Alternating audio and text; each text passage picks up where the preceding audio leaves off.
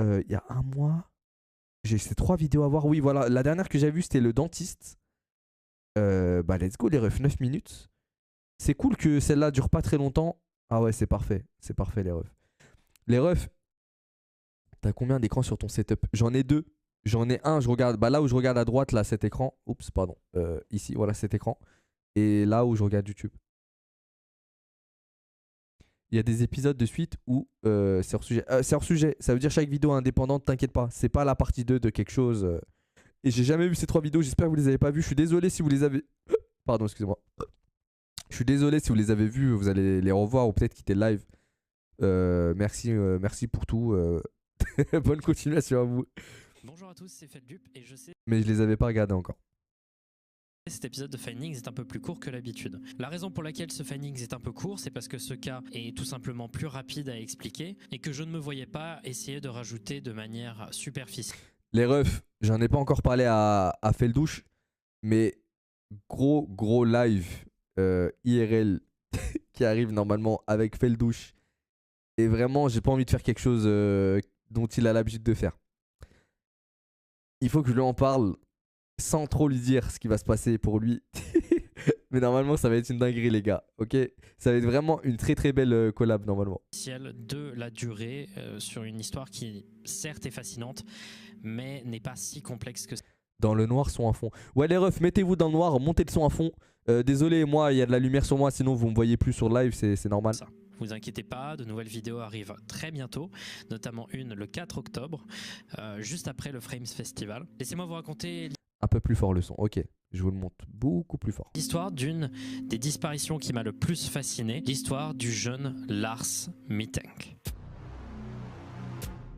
Lars Mittank est né le 9 février 1986 en Allemagne. Il est difficile de trouver des informations sur sa vie avant l'affaire, peu d'antécédents ou de choses notables dans sa famille, un parcours plutôt normal, bref, rien ne semblait indiquer ce qui allait arriver à Lars Mittank. Car en effet, durant les vacances d'été de 2014, le 30 juin plus exactement, il se rend avec un groupe d'amis à Varna en Bulgarie. L'objectif, passer une semaine dans un lieu de vacances balnéaire appelé Golden Sands Resort, en séjournant dans un hôtel, le Viva Club.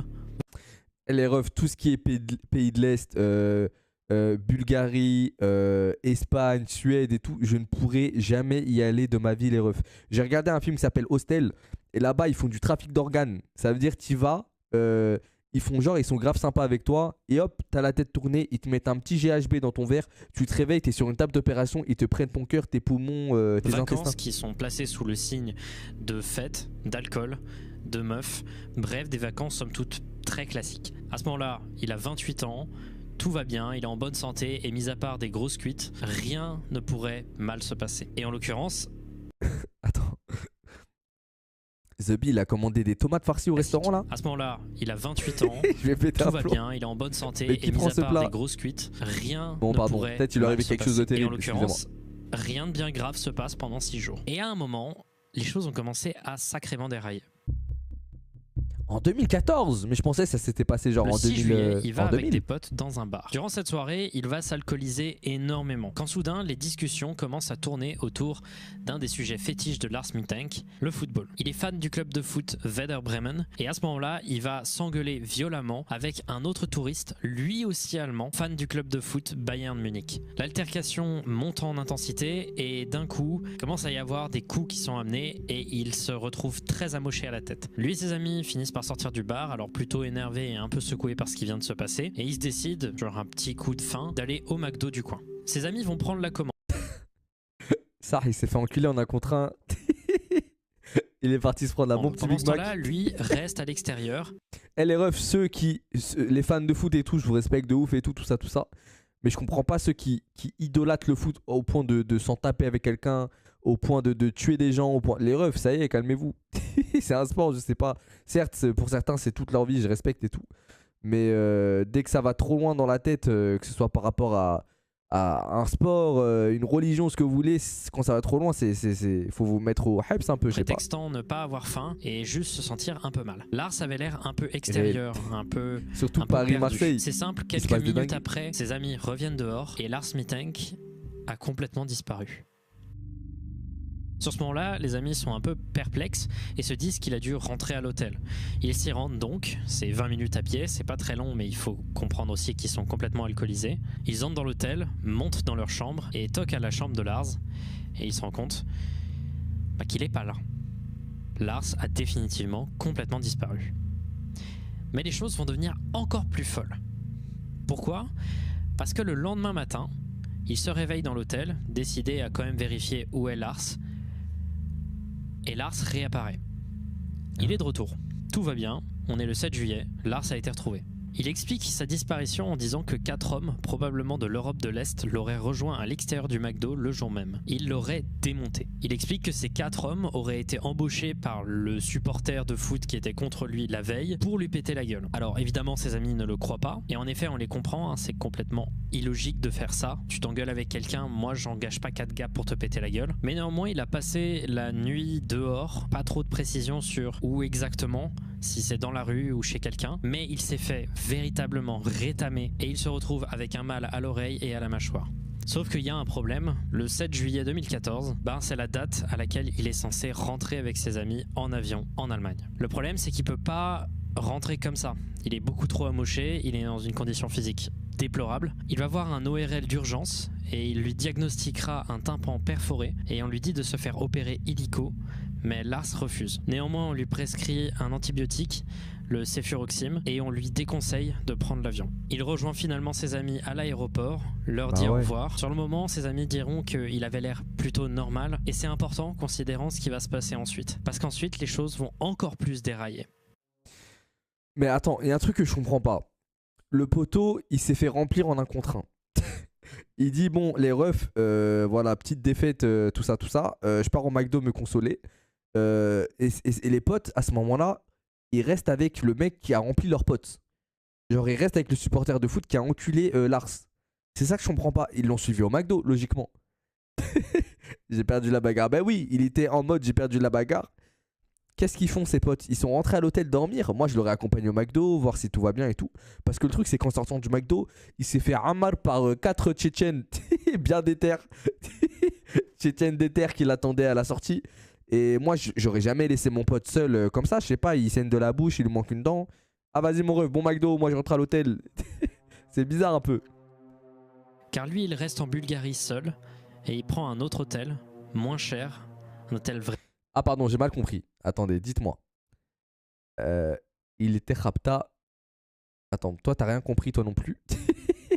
Il était au McDo avec ses potes, il est resté dehors. Ils sont tous partis au McDo. Ah, pardon. Ah oui, d'accord, bah je comprenais pas. Ok. Vraiment low cost, l'hôtel Color. Il prend ses médicaments et la solitude commence à le faire dérailler. C'est à partir de minuit qu'il va complètement péter un câble.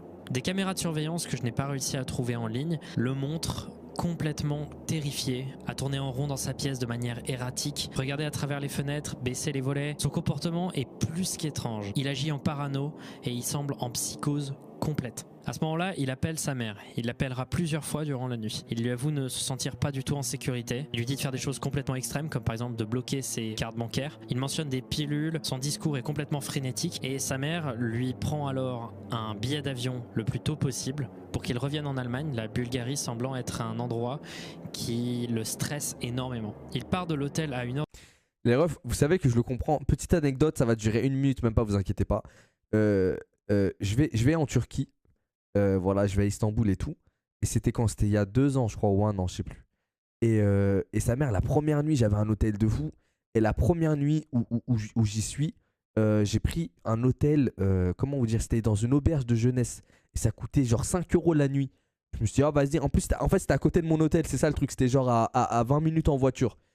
Et j'arrive, sa mère, long voyage et tout. Je sais pas c'est combien de temps, Paname, Istanbul, j'ai oublié, bref, en avion et tout. Et j'arrive. Et genre, je sais pas, ambiance lugubre de fou. Genre, le mec à la réception, il regarde mal, il veut pas parler, il regarde ton passeport, il te regarde comme ça et tout. Il garde ton passeport déjà. Ça veut dire que genre, non, le passeport, il reste avec lui. Je me suis dit, Zabi, mon passeport pour 5 €, il peut me le revendre à je sais pas combien, à je sais pas qui. Et je vais dans ma chambre, je pose ma valise. Déjà, chambre claquée au sol pour 5 €. Vous imaginez bien qu'elle était effondrée.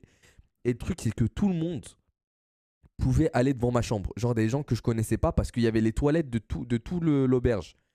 Et sa mère, je voyais des silhouettes. En fait, il y avait ma porte et au-dessus, il y avait une petite vitre à hauteur de la tête, on va dire. Et je voyais des silhouettes de gens qui me regardaient. Je voyais juste la silhouette en noir de la tête. Et il marchait comme ça. Sa mère, j'ai pris mes valises. J'ai redemandé mon passeport. Je lui ai dit gardez l'argent et tout, c'est pas grave. J'ai pris mon passeport. Et sa mère, j'ai marché dans la ville toute la nuit.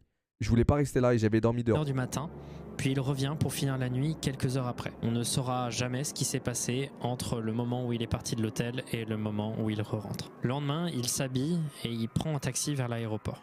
Il appelle sa mère, lui dit qu'il va mieux. Tout semble être revenu à la normale. Une fois arrivé dans l'aéroport, Lars Mittank va voir un docteur dans le centre médical de l'aéroport, le docteur Costa Kostov, comme lui avait conseillé sa mère.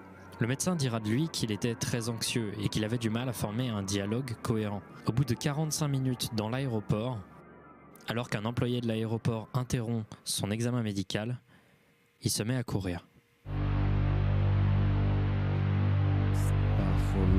Et à courir. Qu'est-ce que c'est que ça?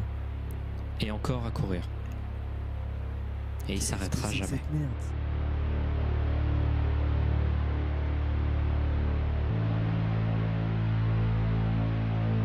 Il a pété un plomb, il a laissé sa valise et tout en plus. Mais il court jusqu'à où là? Wesh, il a un cardio de fou On le voit bâtard. notamment grimper des murs, il est complètement affolé. Il a C'est couru la 5 dernière km en image 3 minutes de 30, Lars il est Mittank chaud. vivant qui existe. On ne l'aura jamais retrouvé. Ça fait 7 ans qu'on le recherche. 7 ans que sa famille, notamment sa mère Sandra Mittank, a engagé un détective privé, contacté les autorités, contacté les news, fait des efforts de recherche gigantesques. Rien du tout ne sera retrouvé. Encore aujourd'hui, il continue d'y avoir des avancées miracles un peu dans cette affaire qui au final finissent toujours par retomber. Comme notamment une fois on avait trouvé en Amérique du Sud un gars qui lui ressemblait, mais il s'agissait d'une autre personne. Ou notamment quand en 2019 un camionneur avait aidé un gars qui faisait du stop à Dresden en Allemagne, mais qui ne s'est rendu compte que plus tard qu'il ressemblait à Lars Mittank de manière assez évidente. Bref, c'est un cas qui encore aujourd'hui fascine et qui est toujours très actif. Maintenant, qu'est-ce qui aurait pu expliquer tout ce qui s'est passé? C'est quand même une affaire très particulière et avec énormément de points sombres inexpliqués. Un choc mental quand il s'est fait ammar par les Tchétchènes. Alors, il y a plusieurs théories qui peuvent essayer d'expliquer. Oh, j'ai une théorie, les refs.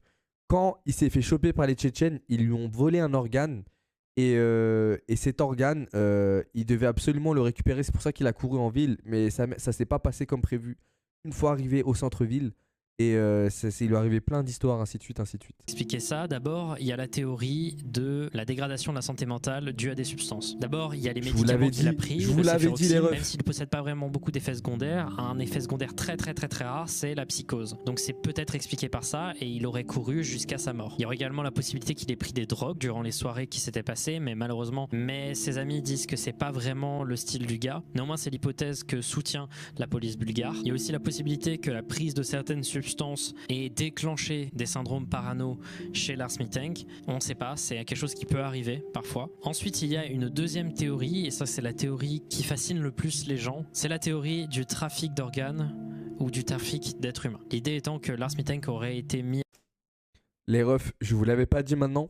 Je vous l'avais pas dit, vous me preniez pour un con dans le chat. En face je suis trop fort. D'un groupe de trafiquants et qu'il se serait fait finalement kidnapper plus qu'il aurait disparu. L'hypothèse vient des événements assez troublants qui se sont passés avant sa disparition, mais aussi des 4 hommes qu'il aurait vus plusieurs fois pour se faire défoncer. Le fait que durant ces discussions parano dans l'hôtel qu'il avait pris en Bulgarie entre le 7 et le 8 juillet 2014, il disait à sa mère beaucoup que les 4 hommes en question allaient venir le tuer et qu'il était persuadé qu'il y avait quelque chose qui se passait de plus grand, quoi. Mais encore une fois, tout ça, ça peut être juste un grand délire paranoïaque. Et le moment où il se serait fait tabasser dans un bar aurait été le déclencheur d'un délire paranoïaque. La vérité, c'est que Lars Mittank, on le recherche toujours de manière active.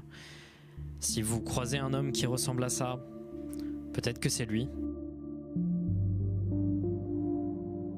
Mais la triste vérité, c'est que quand on ne trouve pas de corps dans ce genre d'affaires, il est très probable qu'on ne sache jamais ce qui s'est passé. Putain, c'est triste quand même, hein. Il te ressemble. Mais non, arrêtez de dire des conneries. J'espère vous voir le 2 et le 3 au Frames Festival. Sinon, on se retrouve le 4 pour le prochain Finding qui sera plus conséquent. Merci pour votre patience. Let's go, on va tous enchaîner toutes les vidéos. Wouhou! Non, en vrai, ça me fait de la peine de fou parce que, en fait, ce qui m'a le plus tabassé dans la vidéo là, c'est la caméra de surveillance où il court à l'infini là. C'est d'une tristesse. Imaginez juste, vous êtes un daron et vous voyez juste une caméra de surveillance comme ça de votre enfant et vous le revoyez plus jamais. Sa mère, vous la regardez en boucle, vous essayez de comprendre des trucs, mais il n'y a aucun indice dans ces vidéos là. Juste, il se lève, il part en courant. Mais qu'est-ce qu'il a fait l'employé dès qu'il est venu lors de la visite médicale à l'aéroport? Genre, c'est lui qui a tout fait merder. Et déjà, pourquoi il vient? Et ensuite, il a dit quoi? Je comprends pas. Imaginez, il a fait une blague style ah bah du coup on va devoir vous prendre votre poumon gauche. Haha. Il a commencé à taper une armate. Non, c'est pas bien. J'espère qu'il a envie, qu'il va bien là où il est. Terrible dans tous les sens du terme. Ah oui, ah oui, ah oui, ah oui. Il ne s'arrêta jamais de courir, je trouve cette phrase terrifiante. Sa mère, ça va. C'est à deux doigts de me nouer l'estomac là. En vrai, des findings plus courts, c'est bien, ça te permet de prendre un peu plus de temps pour toi. Ouais, franchement, j'ai bien aimé ce format-là. Normalement, ça dure 50 minutes. Là, c'est 9 minutes, c'était carré. Recommence, j'étais pas là. Ah bah vas-y, bah si t'étais pas là, je remets depuis le début, mon ref. Cet Y a épisode aucun de souci. Findings est un peu plus court que l'habitude. La raison pour laquelle ce Findings est un peu court, c'est parce que ce cas est tout simplement plus rapide à expliquer et que je ne me voyais pas essayer de rajouter de manière superficielle. Mais il est fou, la suite. Je recommence mon live aussi. Alors, le sombre secret derrière ce compte Reddit, Lake City Quiet Pills. Let's go. Celui-là, il a Je l'air sais bien. que j'ai tendance à beaucoup exagérer, Mais à non, grossir fais-le. le trait et à utiliser beaucoup de langage hyperbolique, mais je vais être complètement sincère là. La vidéo que vous allez voir parle d'un des mystères qui m'a le plus fasciné sur internet. Attendez, je vais activer le 1080p parce que j'ai envie de voir Failed Up en HD. Je trouve ce mystère Let's complètement go. fou, complètement improbable, et j'espère que j'arriverai à lui faire justice. Pour vous remettre dans le contexte, il y a 2-3 semaines, j'ai commencé à faire des recherches Billy, t'as pour quel âge? J'ai éventuellement 24 faire ans, un nouveau bro. findings sur la face cachée de Reddit. Les recherches étaient plutôt fructueuses, surtout quand je suis tombé sur un sujet, l'étrange mystère sur Reddit de Lake City Quiet Pills.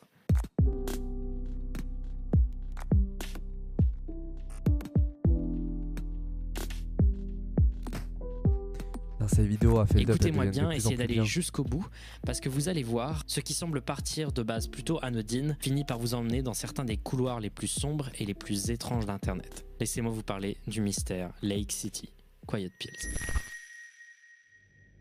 C'est une secte? C'est quoi? Tout commence en décembre 2007 quand le compte utilisateur Religion of Peace est créé sur, à l'époque, le tout jeune site Reddit. À l'époque, le site était beaucoup moins modéré et surtout beaucoup moins censuré, ce qui a causé énormément de controverses, ce qui donne aujourd'hui cet espace de fausse liberté d'expression qui est en réalité Reddit. Vous pouvez faire des recherches, ce sujet est assez intéressant. L'utilisateur Religion of Peace était aussi connu sous le nom de Milo. C'était un utilisateur très actif de Reddit à ses débuts. Il était connu pour une chose en particulier, le fait qu'il était vieux et le fait qu'il était chiant. En effet, il se présentait comme un ancien militaire né dans les années 30, parti à la retraite en 1987 et gagnant sa vie sans trop d'efforts grâce à sa connaissance extensive des ordinateurs et écoulant ses jours au plus profond de l'Amérique conservatrice, faisant des petits boulots impliquant la programmation et juste l'informatique en général et passant le reste de son temps sur Reddit. Oh, Donc là, il peut être éventuellement un peu attachant, mais rajoutons à ça le fait que Milo est quelqu'un de peu fréquentable, peu recommandable et surtout un gros pervers.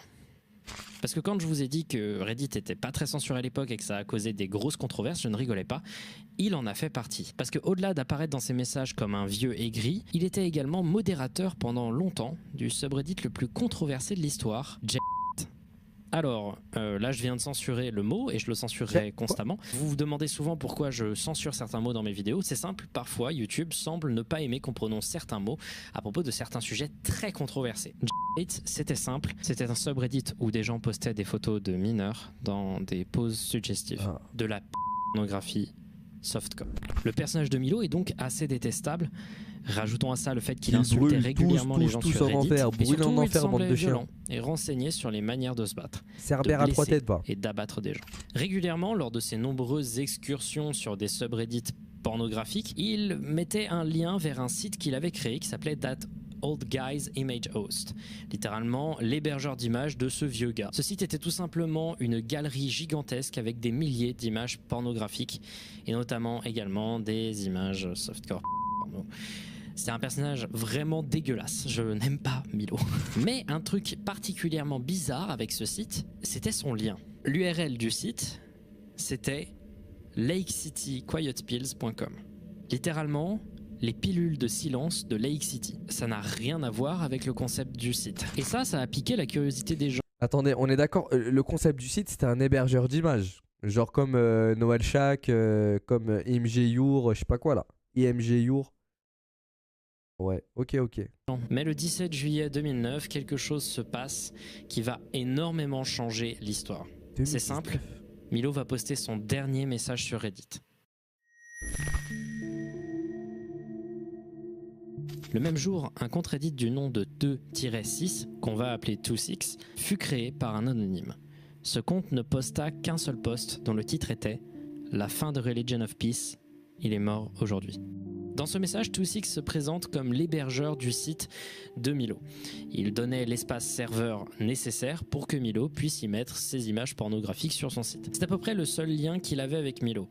Parce qu'en effet, dans ce message, il va décrire un peu plus Milo et son personnage, d'une manière un peu douce amère. En effet, il le présente d'abord comme un vieillard connard et méchant, ne possédant ni amis, ni de famille encore vivante, mourant de façon pathétique devant Reddit.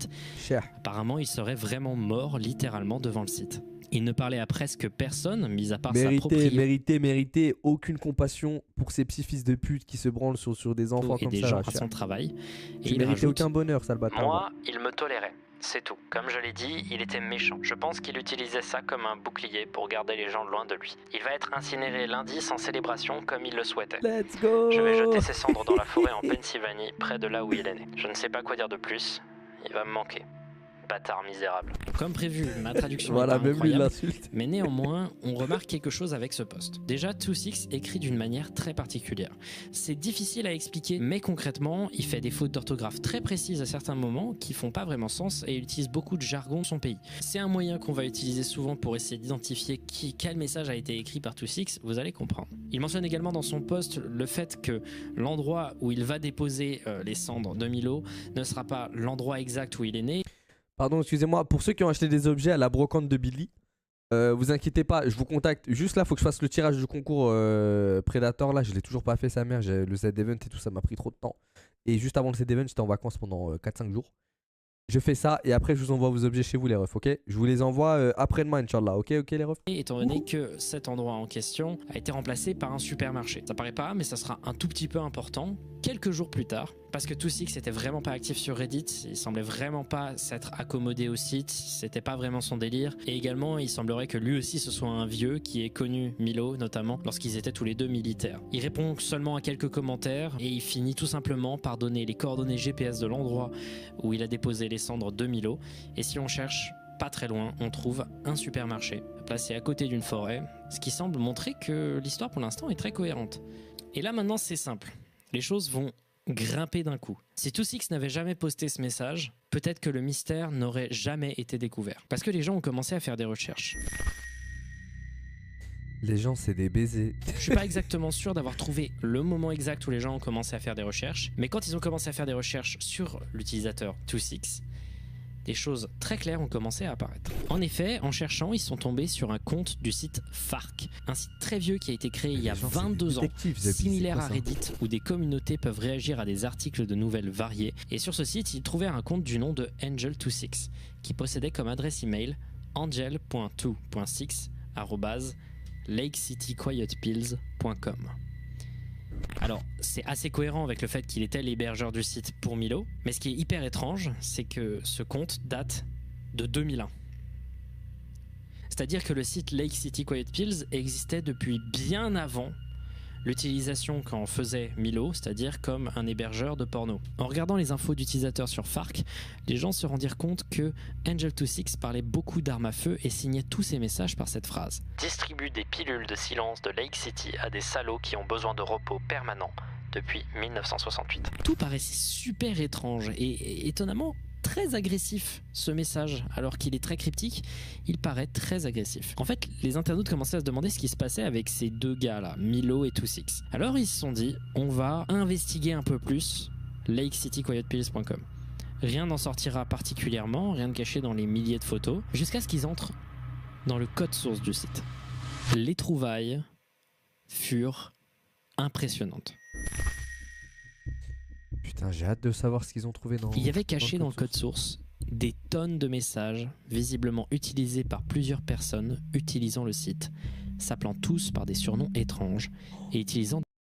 Oh, sa mère. Immediate need.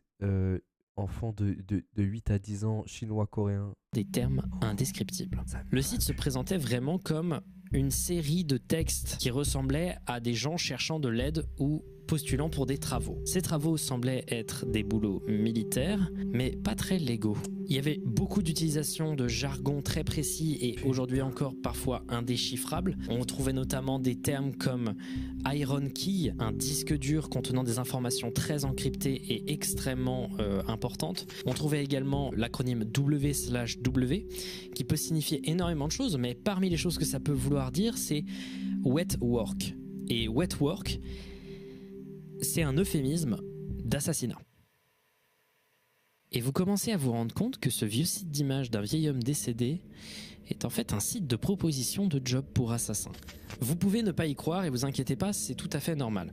On parlera à la fin de si oui ou non on pense que tout ça est fake. Mais vous allez voir qu'il y a beaucoup plus d'informations cachées dans le site et que ça va très loin jusqu'à être lié à certains événements diplomatiques les plus importants de l'histoire moderne. Les messages étaient datés et au fur et à mesure des jours, ils continuèrent à apparaître dans le code source. Angel26 y posta d'abord un message similaire à celui posté sur Reddit, écrit d'une façon très similaire mais avec des termes étranges semblant codés, annonçant à ceux lisant le code source que Milo était mort. Il posta ensuite, 2 mois après, le fait qu'il avait brick l'Iron Key de Milo. L'Iron Key, on l'a dit, c'est un disque dur qui contient des informations extrêmement importantes encryptées, mais qu'est-ce que ça veut dire de le brick ? Simplement, le détruire. Littéralement, le casser avec une brique. Les messages postés précédemment dans le code source disaient que les membres du groupe de discussion opéraient dans l'UE, l'Asie et le ME. L'Asie et l'UE, c'est évident, hein, l'Asie et l'Union Européenne, mais le ME, on sait pas. Et on pense que c'est le Moyen-Orient, ou Middle East en anglais. Ça va être important pour la suite. En janvier 2010, Angel26 poste un message dans le code source du site. Celui-ci avait un ton étrange par rapport au reste. Bonne année tout le monde. On va fêter l'anniversaire du vieux Milo le 19. Suivi de l'annonce d'un hôtel qui avait été réservé. Ce message est la raison pour laquelle le mystère de LakeCityQuietPills.com est l'un des plus importants. Pourquoi ? L'hôtel caméra de surveillance. Mahmoud El-Bahou. Mahmoud Al-Mabrour. Alors, j'ai un très mauvais accent arabe, je suis désolé, et du coup je vais écorcher son nom malheureusement. Ça, c'est mon nom. Il s'agit d'un homme politique très controversé, palestinien, fondateur de la branche armée du Hamas. Une organisation qualifiée par plusieurs pays comme terroriste et un acteur très important du conflit au Moyen-Orient. C'est une personnalité importante, bien que méconnue. En janvier 2010, Mabrour prend un avion allant de Damascus à Dubaï. Il avait réservé ce voyage sur internet, mais s'était protégé en prenant une fausse identité avec un faux passeport. En arrivant à l'aéroport, il passe la douane, s'appelant donc sur le moment Mahmoud Mohamed, et à cause d'un problème d'organisation, il n'a pas de garde du corps. Ça va être malheureusement une erreur fatale. Il se balade dans l'aéroport, il a l'air plutôt serein, mais il ne se rend pas compte que de loin, il y a des gens qui le suivent. Il prend un taxi pour le Al Bustan Rotana Hotel. Il se rend ensuite dans sa chambre, la chambre 230, puis finalement, il sort pour faire quelques achats pendant 3 à 4 heures.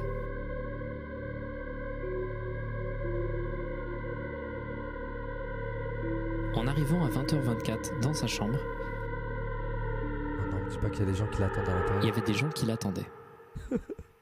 Ça me fait trop peur. Imaginez, vous ouvrez la porte chez vous, il y a des gens assis sur le lit et tout, putain.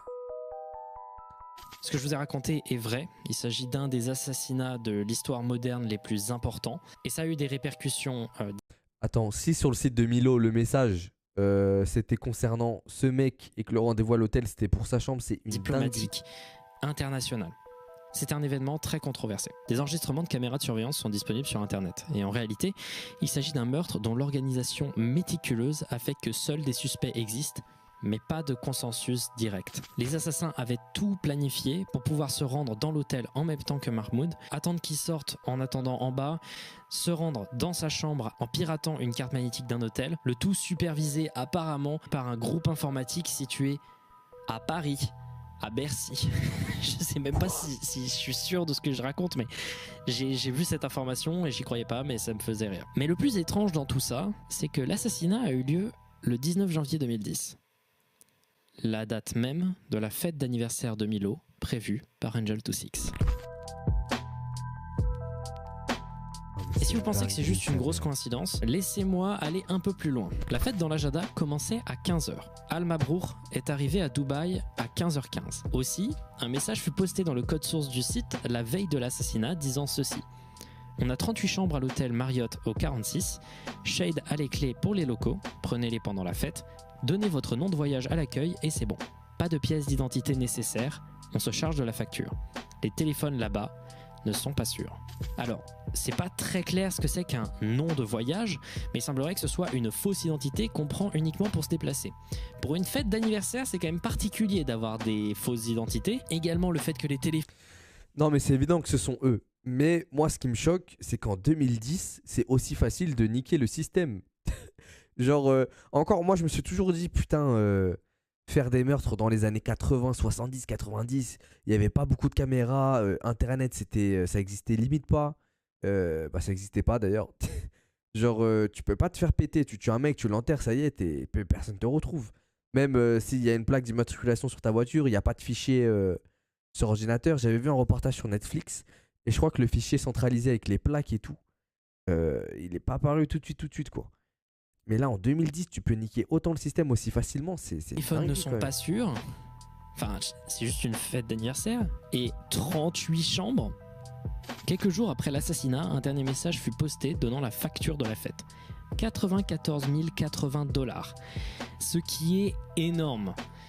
On avait cru comprendre que Milo s'en sortait bien financièrement et qu'on pense visiblement que du coup son entourage devait bien s'en sortir également financièrement, mais pas à ce point, pas pour claquer 95 000 balles dans juste une fête d'anniversaire d'un pote qui est même pas là pour son anniversaire. Les gens pense qu'il y a un truc bizarre avec ça. L'activité du site a repris ensuite normalement avec de nouvelles demandes d'assassinat apparaissant dans le code source. 2 mois après, l'attention autour de lakecitycoyotepills.com augmente et les gens sur Reddit commencent à en parler et à investiguer un peu plus et découvrir les messages dont je vous ai parlé. Et à ce moment-là, il s'est passé quelque chose d'assez flippant. Car en effet, c'est en essayant de faire des parallèles avec des événements de la vie réelle qu'ils remarquèrent le lien facile à réaliser entre l'assassinat de Mahmoud Al-Mabrour et la fête d'anniversaire de Milo. Alors que les internautes connectaient les pièces du puzzle, se rendant compte au fur et à mesure que les pilules de silence sont en réalité un euphémisme des balles de pistolet, ce qui est probablement lié au fait que près de Lake City, il y a une base militaire qui produit et qui crée des armes. D'un coup, alors que tout le monde se rendait compte de tous les trucs, que toutes les pièces de puzzle commençaient à un peu s'emboîter, le site a été encrypté.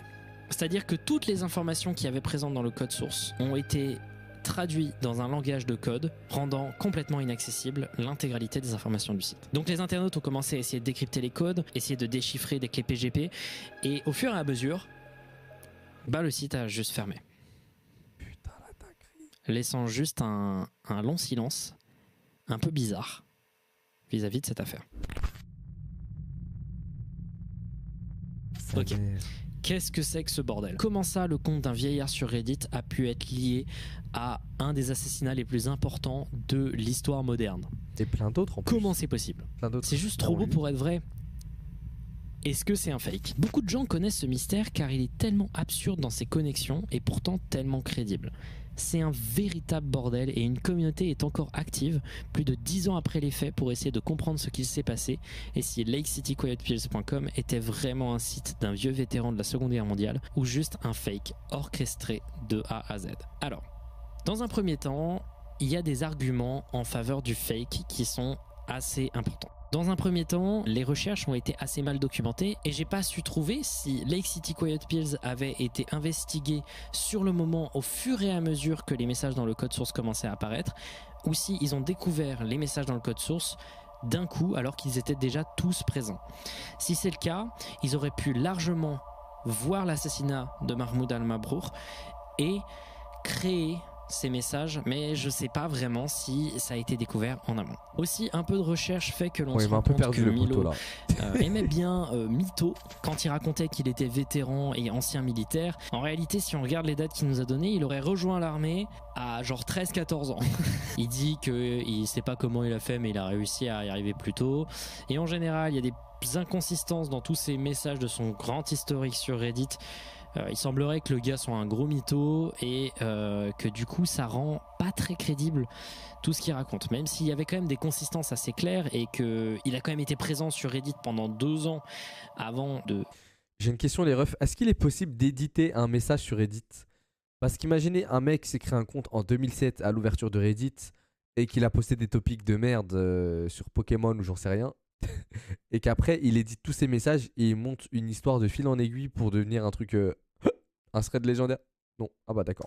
Mourir, ce qui demande quand même pas mal de dévouement.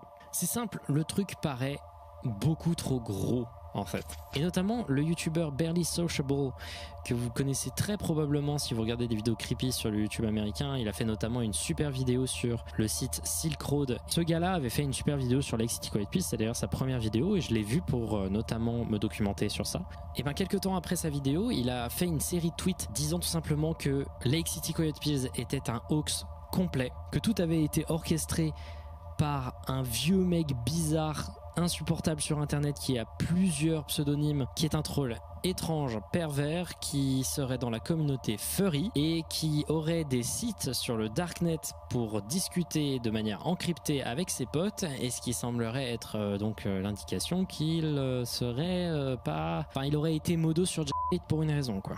Le problème de ces messages, c'est qu'il n'y a aucune preuve. On ne sait pas pourquoi il a posté ces messages sur Twitter sans réaliser de vidéo pour étayer ses arguments, et le mystère reste donc au fond de ses mains. Mais moi, je suis pas tout à fait sûr que ce soit un fake en fait. Pour une raison simple, trop d'organisations complexes pour si peu. Écoutez-moi bien. Bah c'est comme ça qu'on monte bien un hoax. Non? Alors, pour le formuler d'une manière un peu plus claire, il aurait fallu créer des comptes jusqu'en 2001 pour finalement qu'en 2010 on puisse lier ça et arriver un peu à une boucle. Parce que je vous rappelle que la raison qui a fait que les gens se sont vraiment penchés sur le truc, c'est qu'on s'est rendu compte que le compte FARC de Angel26 contenait donc une mention de Lake City Quiet Pills. Alors pour étayer cet argument, on pourrait dire que le gars qui aurait créé ce mystère simplement avait un site qui s'appelait comme ça depuis longtemps, mais pourquoi l'appeler Lake City Quiet Pills et surtout pourquoi mettre la mention à côté de Lake City Quiet Pills, un truc qui indique clairement qu'il s'agit d'un truc on va shooter des gens quoi. Et surtout en général quand quelqu'un crée un fake, c'est pour des raisons souvent pécuniaires. Ou alors il cherche juste quelque chose en retour, notamment l'attention, la fame, se faire reconnaître comme un artiste. Là, il n'y a rien. Aucun artiste ou créateur à qui on peut lier ça. Et surtout, le site a été supprimé quand les gens ont commencé à se pencher dessus. Ce qui, en général, est rarement un signe que quelqu'un crée un fake. Je reviens à vous après le montage. Entre-temps, j'ai eu le temps de disséquer à mort mes sources, de les diversifier et d'en rajouter. Et je suis tombé sur une autre piste. Un site pornographique du nom de Drunken Stepfather. Alors quel pourrait être le lien entre un site pornographique de ce type et ce mystère que je vous ai décrit pendant l'intégralité de la vidéo? Eh bien, ce site possède un forum.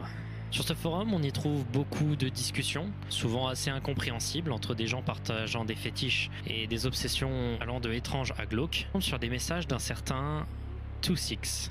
Un 26 qui fait des références à Milo. Et ce, en 2010, quelque temps après la fin des messages postés sur lakecityquietpills.com. Ces messages font référence notamment à l'encryption des données du site. Il parle avec quelques personnes, il poste très peu de posts. Et le tout nous amène à une question. Est-ce que l'intégralité de Lake City Quiet Pills n'était qu'un coup de pub pour ce site pornographique? Et si tout est réel, est-ce que c'est un nouveau repère pour ces assassins? Mais l'ajout de ce site et d'un compte Twitter visiblement très troll et plutôt agressif lié à ce site semble nous indiquer qu'il y a encore beaucoup de choses à découvrir et que si lakecityquietpills.com s'avère être un hoax, il se pourrait également que la vérité soit tout aussi sombre.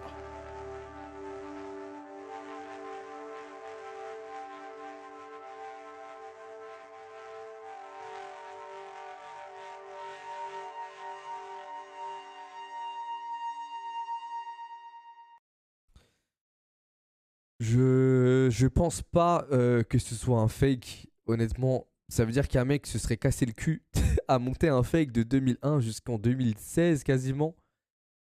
Quel mec aurait autant de patience et se serait dit ça dès les débuts d'Internet, sa mère? C'est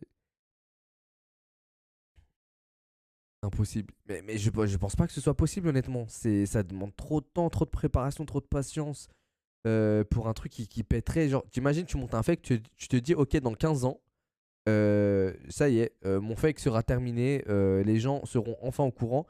Zabi, on n'est même pas sûr d'être en vie dans demain. Et ouais, je commence à des mecs se projettent sur 15 ans.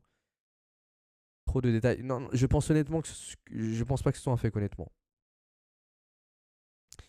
Exploration des backrooms. Let's go.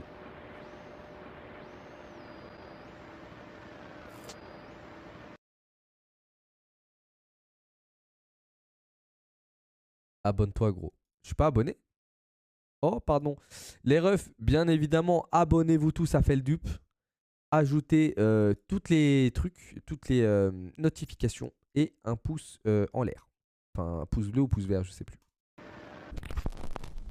Fin 2019 et début 2020, il est tout à fait possible que vous ayez été exposé sur les réseaux sociaux à un court texte en anglais qui pouvait se traduire grossièrement comme ceci. Si vous êtes imprudent et que vous finissez par no-clip en dehors de la réalité au mauvais endroit, vous finirez dans les backrooms, là où il n'y a que la puanteur des vieux tapis humides, le monochrome jaune sur tous les murs, le bourdonnement incessant des lampes électriques au plafond, piégés dans approximativement 1,553 milliard de kilomètres carrés de pièces vides aléatoirement segmenté. Que Dieu vous protège si vous entendez quelque chose errant près de vous, parce qu'il est certain que ça vous a entendu aussi. Pour ceux qui n'ont pas compris l'utilisation du mot no-clip, il s'agit d'un terme issu des jeux vidéo qui décrit un phénomène où un personnage traverse ses textures, montrant donc l'envers du décor du jeu vidéo. Ce texte décrit donc cette hypothèse selon laquelle on pourrait traverser la réalité elle-même et se retrouver dans une réalité alternée, différente, une réalité hostile au fonctionnement et à la géométrie étrange.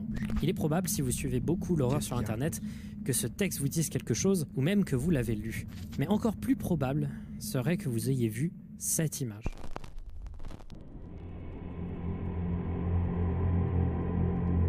Oh non, commencez pas les refs. Les refs, pour ceux qui savent pas, je live pas chez moi, mais dans un local. En fait, c'est dans un grand entrepôt de genre 2000 mètres carrés. Avec des palettes partout. Il n'y a pas de lumière en fait. Faut que je marche dans le noir. En fait, je suis dans une entreprise, si vous voulez. Mais faut que je marche dans le noir et tout. Je suis au sous-sol. Faut que je remonte en haut. Putain, force à moi.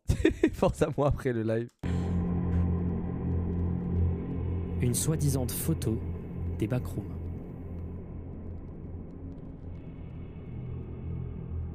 C'est un mème qui s'est énormément propagé et ça ne m'étonnerait pas que beaucoup d'entre vous en aient entendu parler. Néanmoins, je suis presque sûr qu'une toute petite partie de ma communauté sait réellement toute la documentation qu'on peut trouver sur internet autour des backrooms. Véritable terrier de lapin dans lequel Mais j'ai pas compris, pourquoi c'est ça les backrooms? C'était le salon de Mémé Josiane. on peut s'enfuir pendant des heures. Il y a quoi de spécial? Laissez-moi vous parler des milliers de pages et de tout l'univers qui a été documenté sur internet autour de ce phénomène étrange qui part à l'origine mon salon, c'est le darkroom alors. de cette simple photo. Bienvenue dans les backrooms, préparez-vous à explorer tous vos cauchemars. Oh, ça avance dedans carrément? Wesh, le mec il a filmé les backrooms. C'est trop lourd. C'est un univers comme les SCP si tu veux. SCP ça me dit un truc, c'est pas des jeux d'horreur à un moment? Genre t'avances et y a aucune fin dans un SCP. Juste y a des jumpers comme ça aléatoirement à l'écran. Mon Dieu, ce que ça fait plaisir d'enfin pouvoir en parler.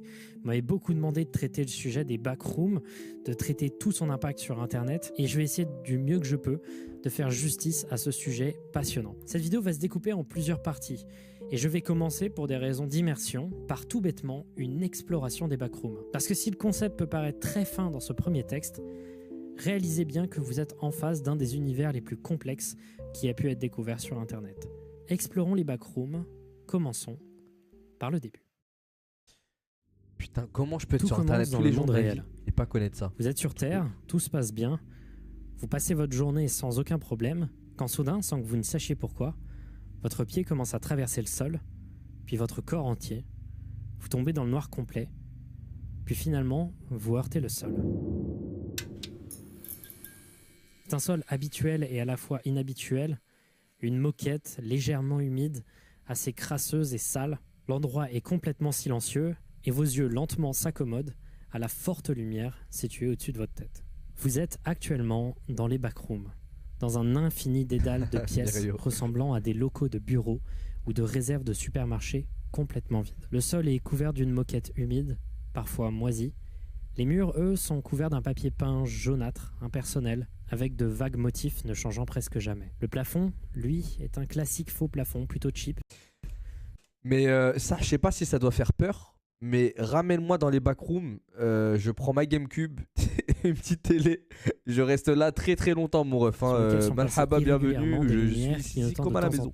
Sans réel pattern discernable. Celles-ci ont une particularité, elles émettent un bourdonnement fort, enfin du moins plus fort que le bourdonnement normal de ce genre de lumière, et il s'agit du seul son qui stimule vos oreilles. Tout le reste est plongé dans un énorme silence.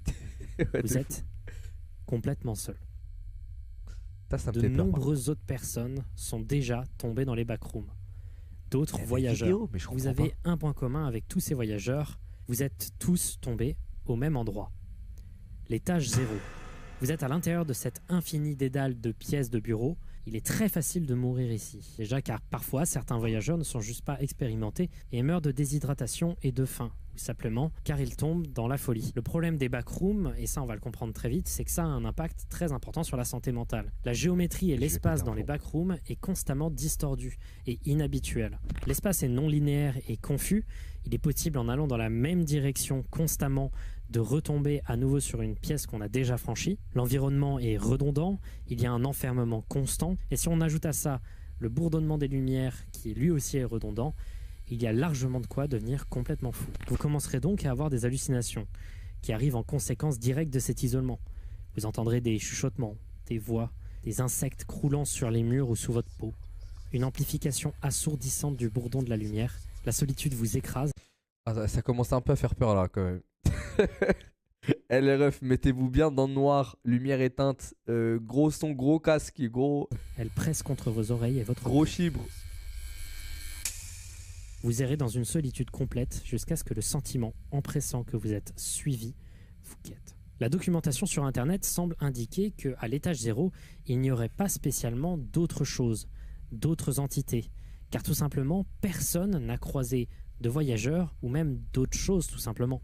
Mais néanmoins, il est très possible qu'il y en ait, mais que nous n'en ayons jamais entendu parler.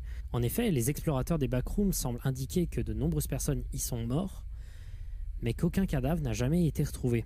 Et si la quasi-totalité semble être mort de déshydratation et de faim, il est tout à fait possible que quelque chose se débarrasse des corps. Mais si vous êtes bon et que vous avez un bon instinct de survie, vous pouvez éventuellement vous en sortir. Il y a deux solutions en général. D'abord, vous pouvez marcher suffisamment longtemps dans la même direction et finir rarement par tomber sur la Manila Room, une pièce très éclairée aux lumières violemment bruyantes dans laquelle on trouve quelques meubles, dont des mystérieux papiers d'autres voyageurs permettant de guider les nouveaux. Il semblerait que le seul moyen de s'en sortir serait à nouveau de no-clip de cette réalité. Ceux ne se souvenant pas, un no-clip, c'est bel et bien traverser la réalité, passer à travers, comme dans un jeu vidéo quand on passe à travers les textures en enlevant toutes les collisions. Néanmoins, no-clip dans l'étage 0 ne vous ramène pas. Cette vidéo est trop bien, elle a l'air incroyable la vidéo. Mais attends, LRF, vous arrivez dans le backroom, imaginez vous endormez, vous tombez dans le vide, bref, vous arrivez dans le backroom. Moi, c'est impossible que je marche au bout d'un couloir et que je tourne à un angle. Et je vais avoir trop peur qu'il y ait quelqu'un dans cet angle. Ça, je vais mettre ma tête derrière le mur, je serai en garde déjà. Je me dis, hey, s'il y en a qui veulent qu'on s'encule, qui viennent maintenant, j'aurais trop peur. Sinon, ce serait beaucoup trop simple. Perso, j'aurais sauté dans le faux plafond. Qu'on appelle ça l'étage 0 des backrooms. Je serais allé dans le plafond direct. Je me serais laissé mourir dans le plafond. Des centaines d'autres. Et donc, tout naturellement, si vous arrivez à sortir de l'étage 0, vous arriverez dans l'étage 1, surnommé la zone habitable. L'étage 1 est beaucoup plus vivable que l'étage 0. Cet étage semble ne pas être... Attendez les refs, voilà, je crois que j'ai entendu du bruit. Parce qu'en fait, la nuit dans l'entreprise, il y a genre 2-3 personnes. Putain, c'est un mec qui vient, qui encule la porte de mon local. Ah, je saute par la fenêtre. Infinie, mais reste d'une superficie dantesque. Elle ressemble à un gigantesque entrepôt souterrain à l'organisation beaucoup plus complexe, possédant des ascenseurs des escaliers, des portes, l'architecture est décrépite et de nombreux objets intrigants peuvent y être trouvés. C'est là qu'on découvre que la plupart des étages des backrooms possèdent des fonctionnements très peu intuitifs et parfois complètement aléatoires comparés à ce que l'on vit dans la réalité tout à fait normale, qui obéit aux lois de la physique. Le monde peut être distordu et des entités étranges semblent pouvoir y prendre forme. Par exemple, dans l'étage 1, quelques événements très étranges arrivent régulièrement. D'abord, des caisses de vivres aléatoirement apparaissent avec à l'intérieur de la nourriture, des armes, des vêtements, de l'équipement médical, mais surtout de l'eau d'amande. Habituez-vous constamment à entendre parler de cette eau d'amande qui paraît si étrange. C'est une spécificité des backrooms. L'almond water ou eau d'amande est une sorte d'eau avec un léger goût vanillé mélangé à de l'amande, qui s'avère être la quasi-totalité du temps la seule source d'hydratation dans les backrooms. À côté de ces caisses de vivres, on peut trouver des objets plus bizarres, genre des pièces de voiture, des boîtes de crayons, des seringues usagées, du papier partiellement brûlé, des souris et d'étranges peintures à l'image changeante quand on ne les regarde pas, dont l'origine est inconnue. Il est déconseillé de rester à côté. Mais un des gros problèmes de l'étage 1, c'est que vous n'êtes pas seul. Vous tomberez parfois sur des entités hostiles, indéterminées, apparaissant dans des laps de temps où l'électricité coupe. Ah non, ah non, ah non, ah non, ah non, les refs, je suis pas bien. Voilà que je suis pas bien. Voilà, j'ai le cœur qui va vite. Eh vas-y, nuit blanche ici, je m'en bats les couilles, je rentre pas chez moi tant qu'il fait pas jour. Vous les verrez partir de loin, parfois même sans être au courant de s'il s'agit d'un autre survivant ou s'il s'agit en effet d'une entité inconnue. Mais faites attention, parfois celles-ci peuvent paraître particulièrement hostiles et ne pas vous fuir et ne pas rebrousser chemin quand elles vous croisent. Il est conseillé également de toujours garder une main sur les objets que l'on souhaite garder, car quand l'électricité coupe et qu'elle réapparaît, il est tout à fait probable que ceci ait disparu. Il est possible que vous tombiez aussi sur d'autres survivants dans cet étage. Néanmoins, si vous voulez absolument progresser dans les backrooms, continuez simplement à marcher dans l'étage 1. Marchez jusqu'à ce que vous trouviez des couloirs. Marchez, marchez et marchez. Et vous finirez sans vous en rendre compte dans le premier étage véritablement dangereux des backrooms. L'étage 2 est une série de tunnels de maintenance s'étirant sur des millions de kilomètres, dont la trajectoire change rarement. L'environnement est insalubre et relativement plus bruyant qu'avant. Les refs, je vais quitter. Vous savez pourquoi? Parce que World là, littéralement, quand je vais à mon local, je dois traverser un endroit, c'est un copier-coller de celui-ci. Je dois traverser... Attendez, les refs, j'ai déjà filmé sur mon iPhone. Attendez, laissez-moi aller 2 secondes s'il vous plaît. Dans mes archives Instagram, je vais vous montrer. J'ai déjà filmé, vous allez péter un plomb. Je suis tous les jours dans les backrooms en allant stream. J'étais même pas au courant que c'était ça les backrooms. Attendez, archives. Archives des stories. Putain, faut que je remonte à mes derniers lives.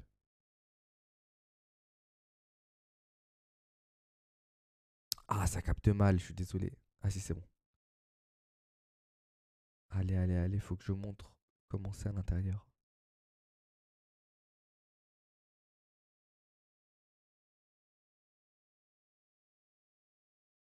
Attendez, je vous montre ça, la mif.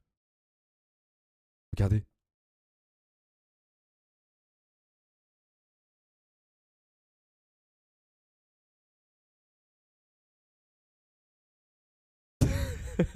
Juré, je suis pas dans les backrooms.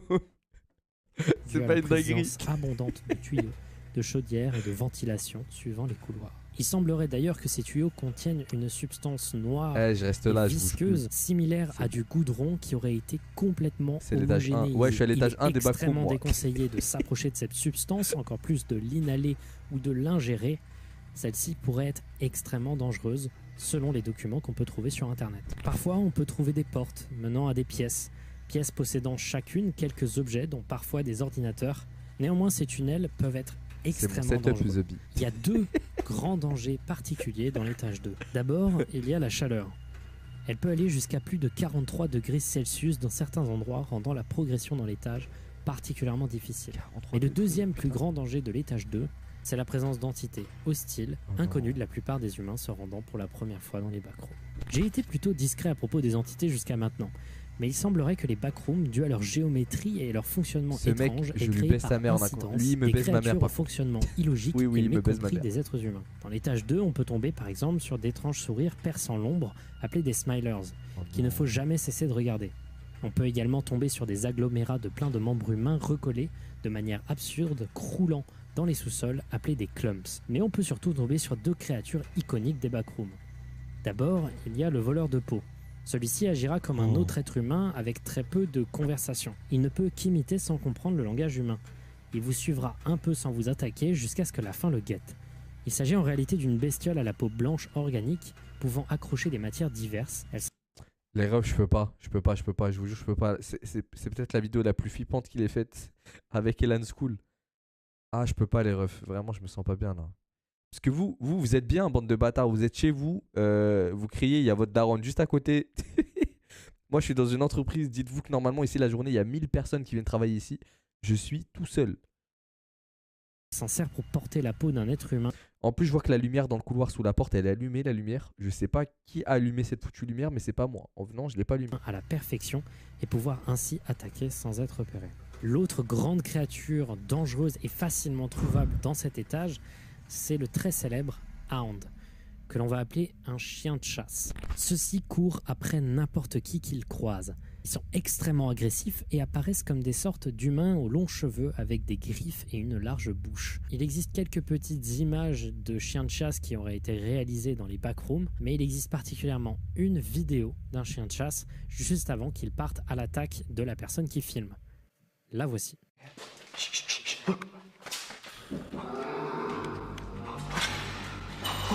Si vous arrivez malgré tout ça à vous en sortir dans cet étage, vous tomberez éventuellement sur une porte non verrouillée. Celle-ci peut amener à des pièces multiples. Non mais comment ça, il y a des vidéos? Mais comment ça? Vous amener à l'étage 3.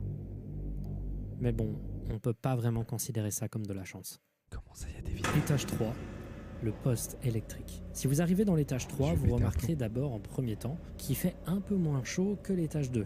La chaleur est quand même présente, mais ça reste un peu plus vivable. Mais bien qu'il est moins chaud et plus abondant en ressources, il reste beaucoup plus dangereux car il est véritablement infesté d'entités de toutes sortes, au point qu'il est impossible de ne pas en croiser durant son chemin, même quand il est court. Il ne faut vraiment pas s'y aventurer sans être prêt. L'étage se présente comme une série de pièces et de couloirs aléatoirement disposés, ressemblant à un mix entre une usine, un hôpital abandonné et une prison au métal rouillé et rongé par le temps. L'endroit est délabré et bruyant, dû à la machinerie riche et usée qui la couvre de toutes parts. La lumière y est présente de manière inconsistante, oscillant régulièrement entre des pièces plongées dans le noir et des lieux relativement bien éclairés. Il est possible de trouver des chemins obstrués par des barres de prison. Celles-ci sont incassables et complètement infranchissables, et il est conseillé de s'éloigner d'endroits où de nombreuses barres de prison sont présentes, car elles auraient des effets psychologiques sur ceux s'en approchant, créant un sentiment important de peur et d'anxiété. Une des grosses étrangetés de cet étage, c'est la présence abondante de postes électriques ne faisant pas sens. Des générateurs par-ci par-là qui semblent ne servir absolument aucune utilité. Les pièces dans lesquelles on trouve ces équipements électriques sont très sombres, souvent illuminées exclusivement par le générateur. Il y a des interphones pour sonner à des bâtiments. Il y a des visicodes comme étant très instables. Il est très bien cet étage-là. Régulièrement se casser et dans certains cas assez rares, exploser. L'explosion spontanée étant extrêmement dangereuse pour les personnes étant présentes à côté. Et même si la température de l'étage 3 est significativement plus tolérable que l'étage 2, elle reste de plus en plus importante au fur et à mesure de la progression, atteignant parfois plus de 57 degrés Celsius. Et cela n'arrivera que si vous avez la chance de progresser suffisamment longtemps sans vous faire violemment attaquer par les nombreuses entités, beaucoup plus nombreux que dans les autres étages. Alors quel est l'intérêt d'y rester aussi longtemps si c'est aussi dangereux? Tout simplement car il est possible d'y trouver de nombreuses vivres et d'objets, mais il est déconseillé d'y rester de façon permanente, toute tentative ayant été réalisée dans le passé qui ont été enregistrées, ayant complètement échoué, sauf dans de rares cas où de très nombreuses personnes ont essayé d'effectuer ça. Cherchez rapidement des portes d'ascenseur. Une d'entre elles finira peut-être par vous amener à l'étage 4. Étage 4, le bureau abandonné. Oh, mais les gars, c'est là où je stream. Mais je vous jure, c'est la même chose. Non, moi je connais que l'étage 1 et l'étage 4. L'étage 4, c'est le premier moment où on peut un peu respirer. Si l'intégralité des étages jusqu'à maintenant était une progression dans l'horreur... Les refs. Par pitié. Attends, je vais appeler mon petit ref, je vais voir s'il est en train de... Ah, il est en train de dormir. Il était en train de dormir depuis 21h déjà. Voilà les refs. Eh, vous voyez, l'étage 1, non, l'étage 1, je le connais pas, mais l'étage 2, ou que je vous ai montré sur mon Instagram là, et ben, il m'emmène à cet étage là, et ma porte de stream, elle est juste là, ma porte de stream. c'est celle-là là. Dans la Les dangerosité, mêmes couloirs. celui-ci Merde. est le premier étage de toutes les backrooms à être presque parfaitement safe. C'est un endroit où beaucoup de survivants restent longtemps. Il s'agit d'un gigantesque bureau vide et lumineux. On n'y trouve que très peu de mobilier et beaucoup de fenêtres dont la plupart sont barricadées. Néanmoins, il est strictement interdit de s'approcher des fenêtres. En effet, ce sont des pièges avec un fonctionnement très étrange s'apparentant à des leurres. Il y a très peu d'entités à l'intérieur. Il y a quelques chiens de chasse qui ont été trouvés, mais ils sont très peu communs, ainsi que quelques dullers, des créatures humanoïdes noires difficiles à observer car fuyant toute Wesh, il a personne un les parapluie. observant. L'étage 4 Pourquoi il a un possède de parapluie? nombreuses fontaines d'eau d'amande et également des distributeurs à nourriture et en général des tonnes de sources de nourriture et de survie qui sont très pratiques pour la quasi-totalité des survivants y étant. Certains y restent longtemps, voire même indéfiniment. Attends. C'est le véritable Ça, l'eau d'amande, j'ai trop envie de goûter là.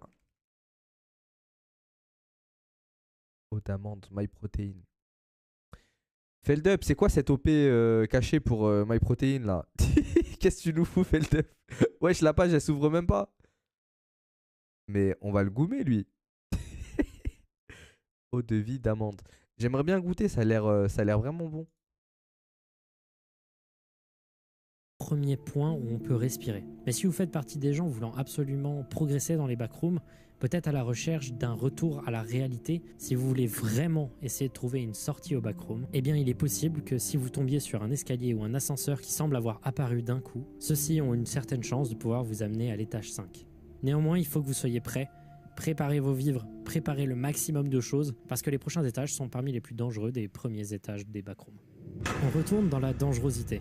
L'étage 5 prend la forme d'un hôtel infini, avec de nombreuses pièces et couloirs à l'architecture Ça, c'était l'hôtel du organisée, Z-Event. ressemblant à un hôtel au début du siècle dernier. Il est Tout est pété comme propre ça. au point d'être étrange et particulièrement dérangeant. Toute saleté se retrouve quelques minutes après automatiquement nettoyée quand on ne les regarde pas. C'est Dans les génial. halls et Ah, les j'avoue, couloirs, ça se voit on peut entendre des échos de jazz très vieillots, semblant dater d'environ des années 30-40, qui proviennent de tourne-disques disposés dans certaines pièces. Cet étage est célèbre pour être un des plus terrifiants à parcourir, que ce soit les discussions étouffées d'un dîner mondain perçant quelques murs, Ah, c'est comme des dans bruits de Shining. frappements sur les murs ou quelqu'un Quand le tapant daron, il les devient fou. épaules des voyageurs quand ils sont isolés, la solitude et l'enfermement de l'hôtel donnent l'impression d'être suivi par quelqu'un ou quelque chose et de perdre la tête. L'hôtel en lui-même est composé de 3 zones majeures. La première zone est le hall principal.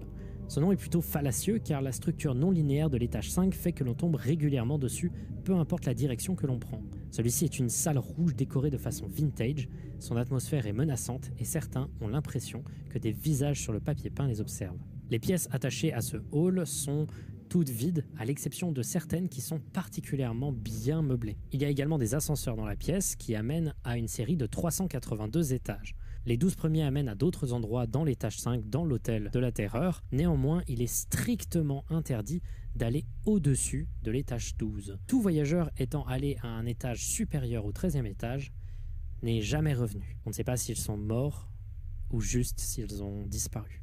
La deuxième zone est la pièce Beverly, une gigantesque salle de bal d'un autre temps servant de hub à l'étage 5. Elle contient des centaines de portes sur ses côtés.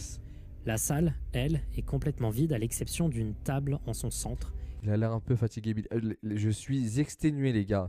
J'ai pas récupéré du Z-Event encore, vu que le lendemain j'ai eu popcorn. J'ai pas récupéré du tout. Dans 2 jours, là, je vais dormir 2 jours chez moi. Dans 2 jours, je serai là. Illuminé par un seul chandelier. On y retrouve des boissons, mais particulièrement un jeu de mahjong qui n'a jamais été terminé, car toute personne essayant trop de s'en approcher finit par reculer Squid suite Game. à une gigantesque Squid Game. détresse mentale inexpliquée. La troisième zone importante de cet étage, c'est la chaufferie. Il s'agit de la seule pièce insalubre et visiblement sale. Elle est large et remplie de machinerie et de chaudières. Ne soyez surtout pas claustrophobe parce que vous êtes complètement entouré de tuyaux à pression extrême faisant énormément de bruit, se situant tous près de vous. Certains disent également avoir entendu des chuchotements provenant de... Les refs en SAR. Là, on est qu'à la moitié du truc, je pense. Même pas. Si on vous paye 1 million d'euros en cash net d'impôts, bref, vous avez les 1 million pour vous, est-ce que vous faites tous les étages du backroom? Wallah, je le fais pas. Au nom de Dieu, je ne le fais pas. Wallah, je le fais pas. Impossible. certains fours de la salle sans savoir... Ça, vraiment. ne pas avoir d'argent, Mais c'est il y pas a mal également aussi. les rumeurs d'une 4e zone appelée le lobby, dont tous ceux l'ayant pénétrée ne se souviennent pas vraiment comment y être entrés et finissent par oublier tout souvenir de celle-ci. Il est largement possible que beaucoup de voyageurs y soient entrés mais qu'il ait tout simplement oublié. Et ce serait peut-être lié à une chose très importante de l'hôtel, la raison de sa dangerosité excessive. En effet, jusque-là, on pourrait se dire à la limite que l'étage 5, c'est pas grand-chose. C'est juste assez terrifiant, bizarre, et avec 2-3 règles à bien connaître, mais sans ça, ça n'a pas l'air d'être au niveau de l'étage 3. Il y aurait une rumeur autour de la bête de l'étage 5. Ce serait une entité qui se présenterait comme un businessman convaincant, voulant vous amener dans son bureau. Il apparaîtrait après avoir regardé les visages sur les peintures dans les halls et les couloirs. Il est strictement interdit de le suivre, de l'écouter, de le regarder. Évitez-le, courez, il vous veut du mal. Si vous voulez sortir, il existe de nombreux moyens de partir. Mais nous voulons descendre dans l'étage 6, à nos risques et périls. Pour ce faire, il faut aller dans la chaufferie et progresser le plus loin possible dans celle-ci. La chaleur vous entoure, elle presse sur vous, mais avant même que vous vous en soyez rendu compte, vous serez dans l'étage 6, le plus dangereux jusqu'à maintenant. Je vais passer peu de temps sur l'étage 6. Ça, c'est moi l'escape game avec... Vous êtes dans le noir, dans des couloirs semblant infinis. Les murs sont en métal et le sol en briques. Le noir est suffisamment épais pour rendre la progression extrêmement difficile, mais pas suffisamment pour être un voyage à l'aveugle. L'étage 6 est dangereux pour des raisons tout à fait différentes. Les sources externes de lumière n'aident pas à mieux voir dans cet étage. En effet, l'obscurité écrasante de l'étage 6 semble les absorber automatiquement. L'intégralité de l'étage est assourdissant de silence. Il n'y a rien ni personne. Vous ne verrez jamais personne ni la moindre entité. Jusqu'à ce que vous entendiez des bruits, des sons indéterminés, des entités familières. Cet étage détruit votre santé mentale au plus profond. La privation des sens vous rend fou. Il est considéré par de nombreux voyageurs comme l'un des plus dangereux étages de toutes les backrooms. Comme le cite la page la documentant, une proportion significative de voyageurs entrant dans l'étage 6 n'en revient jamais. L'étage 7 des backrooms est étrange, il est divisé en 2 parties, une pièce d'entrée et un océan. Ouais, un océan complet. La description dans les documents qu'on peut trouver sur internet est assez floue. Certains détails sont assez difficiles à comprendre. L'entrée est une pièce légèrement inondée par 5 cm d'eau, mais complètement meublée, remplie de différentes curiosités, dont des livres à l'origine inconnus. Si vous ouvrez la porte de sortie de la pièce d'entrée, vous vous retrouverez en face d'un gigantesque mur d'eau vertical. Si vous franchissez le seuil de la porte, vous vous approcherez très rapidement de ce mur d'eau. Vous venez en réalité de tomber, la gravité vient de changer de sens. C'est un des seuls étages des backrooms qui semble avoir un contrôle direct sur la gravité. Une fois que vous avez franchi la porte de la salle d'entrée, vous êtes dans l'océan et c'est fini. Vous ne pouvez plus revenir en arrière. Cet océan est froid et il s'étire à perte de vue dans toutes les directions, sans la moindre présence de terre. Les refs, c'est ma phobie. Genre, mets-moi des serpents sur mon corps, des araignées dans ma bouche, ce que tu veux. L'océan, c'est ma phobie. C'est tellement immense. Je ne peux pas. Tous les cauchemars que je faisais quand j'étais plus petit, tout c'était que des tsunamis. Un tsunami, je veux mourir. Je ne peux pas. Il semblerait néanmoins qu'il y ait quelques îles minuscules au nord de la porte de la salle d'entrée, mais aucune vie n'y aurait été trouvée. N'essayez pas de boire de l'eau, par contre. Un peu, ouais, le délire. En effet, il ne s'agit pas d'eau minérale ni d'eau d'amande, il s'agit d'eau distillée. Et si vous avez bien suivi vos cours de physique-chimie, vous savez que boire de l'eau distillée est extrêmement dangereux pour la santé. Les profondeurs de l'océan sont particulièrement glauques. La lumière y est vite absente, absorbée. Et plus on descend, plus on trouve des squelettes humanoïdes, voire même humains. Ne tombez pas trop profond dans l'eau car cet étage est extrêmement dangereux. En effet, une entité au fonctionnement peu connue sonde les abysses et s'attaque à quiconque elle repère. Il vous faudra chercher sous l'eau des entrées ressemblant à des entrées de caves sous-marines pour accéder à l'étage 8. L'étage 8 est l'un des étages les plus dangereux des backrooms. Même certains des hommes les plus préparés, armés avec des groupes extensifs derrière eux, ont quand même réussi à échouer dans la grotte. Il est extrêmement déconseillé d'y rester longtemps. Il faut le plus rapidement possible trouver une sortie et au maximum ne pas se faire repérer. Cet étage prend la forme d'une grotte humide et insalubre, similaire à celle existant dans le monde réel, éclairée par des sources lumineuses faibles à l'origine inconnue. Comme dit précédemment, cette grotte est extrêmement dangereuse, des dangers s'y trouvent dans tous les recoins et il est presque impossible d'y survivre pendant plus d'un jour. L'eau n'est pas consommable dans cet étage car infestée par des bactéries et minéraux dont une mystérieuse maladie se répandant dans tous les niveaux des backrooms. On trouve également des flaques de la matière visqueuse présente dans les tuyaux des étages 2 et 3 qui, je vous rappelle, est extrêmement toxique. Le bestiaire d'entités de l'étage 8 est tellement élevé qu'il est juste conseillé pour s'en échapper de trouver au plus vite un endroit où l'on peut no-clip, où l'on peut traverser la réalité. La grotte risque grandement de vous aspirer avec son obscurité et de vous prendre dans vos pires moments de faiblesse. Et si vous avez eu la chance de traverser la réalité, vous vous trouverez dans l'étage 9. Bon, là, on fait 8 étages où tu frôles la mort et tout, et tout, et tout. Et le pire des étages, le plus hardcore, c'est la cité. Bon, les backrooms, ils seraient pas un peu racistes par hasard, là? L'étage 9, lui aussi, est très dangereux. Oh non. Bien que difficilement au même niveau que le Et nous, précédent. on y vit Il depuis s'agit des du années, dernier ouais, étage dans de la la banlieue. suite linéaire des 10 premiers étages, de 0 à 9. Et celui-ci se présente comme une banlieue américaine classique plongée dans la nuit. Le créateur des Infini. backrooms, c'est Les Zemmour. rues de cet étage sont extrêmement infestées d'entités jusqu'à la moelle et il est presque impossible de s'y balader sans que l'on se fasse attaquer. Les cet maisons homme, du là. voisinage sont accessibles, certaines sont complètement vides, d'autres sont meublées et peuvent contenir des outils utiles à la survie. Néanmoins, il est conseillé, pareil, de trouver rapidement une sortie, sauf que là, on se retrouve dans un des éléments qui va être le plus important pour bien comprendre les backrooms. Ici, je vous ai décrit le chemin classique de quelqu'un se rendant dans les backrooms qui fait le voyage pour la première fois et qui s'en sort plutôt bien. Mais en réalité, les backrooms ne sont pas linéaires. On ne va pas de l'étage 0 à l'étage 1, à l'étage 2, à l'étage 3, à l'étage 4 Tu constamment. peux faire 0 En à 9. réalité, il existe énormément d'embranchements et c'est un bordel de connexions, un véritable arbre qui va dans tous les sens et dont les branches s'entremêlent. À partir de l'étage 9, cette linéarité est cassée. Oh, on n'était pas encore dans les backrooms. Enfin si, mais pas dans la Et c'est à ce moment-là qu'on se rend compte d'à quel point le délire est vertigineux. Car il existe des centaines d'étages au backroom et de nouvelles documentations apparaissent jour après jour. D'où viennent ces documents? Comment j'ai pu vous décrire un tel truc? Eh bien tout ça vient d'un site, un Wikidot sur les backrooms.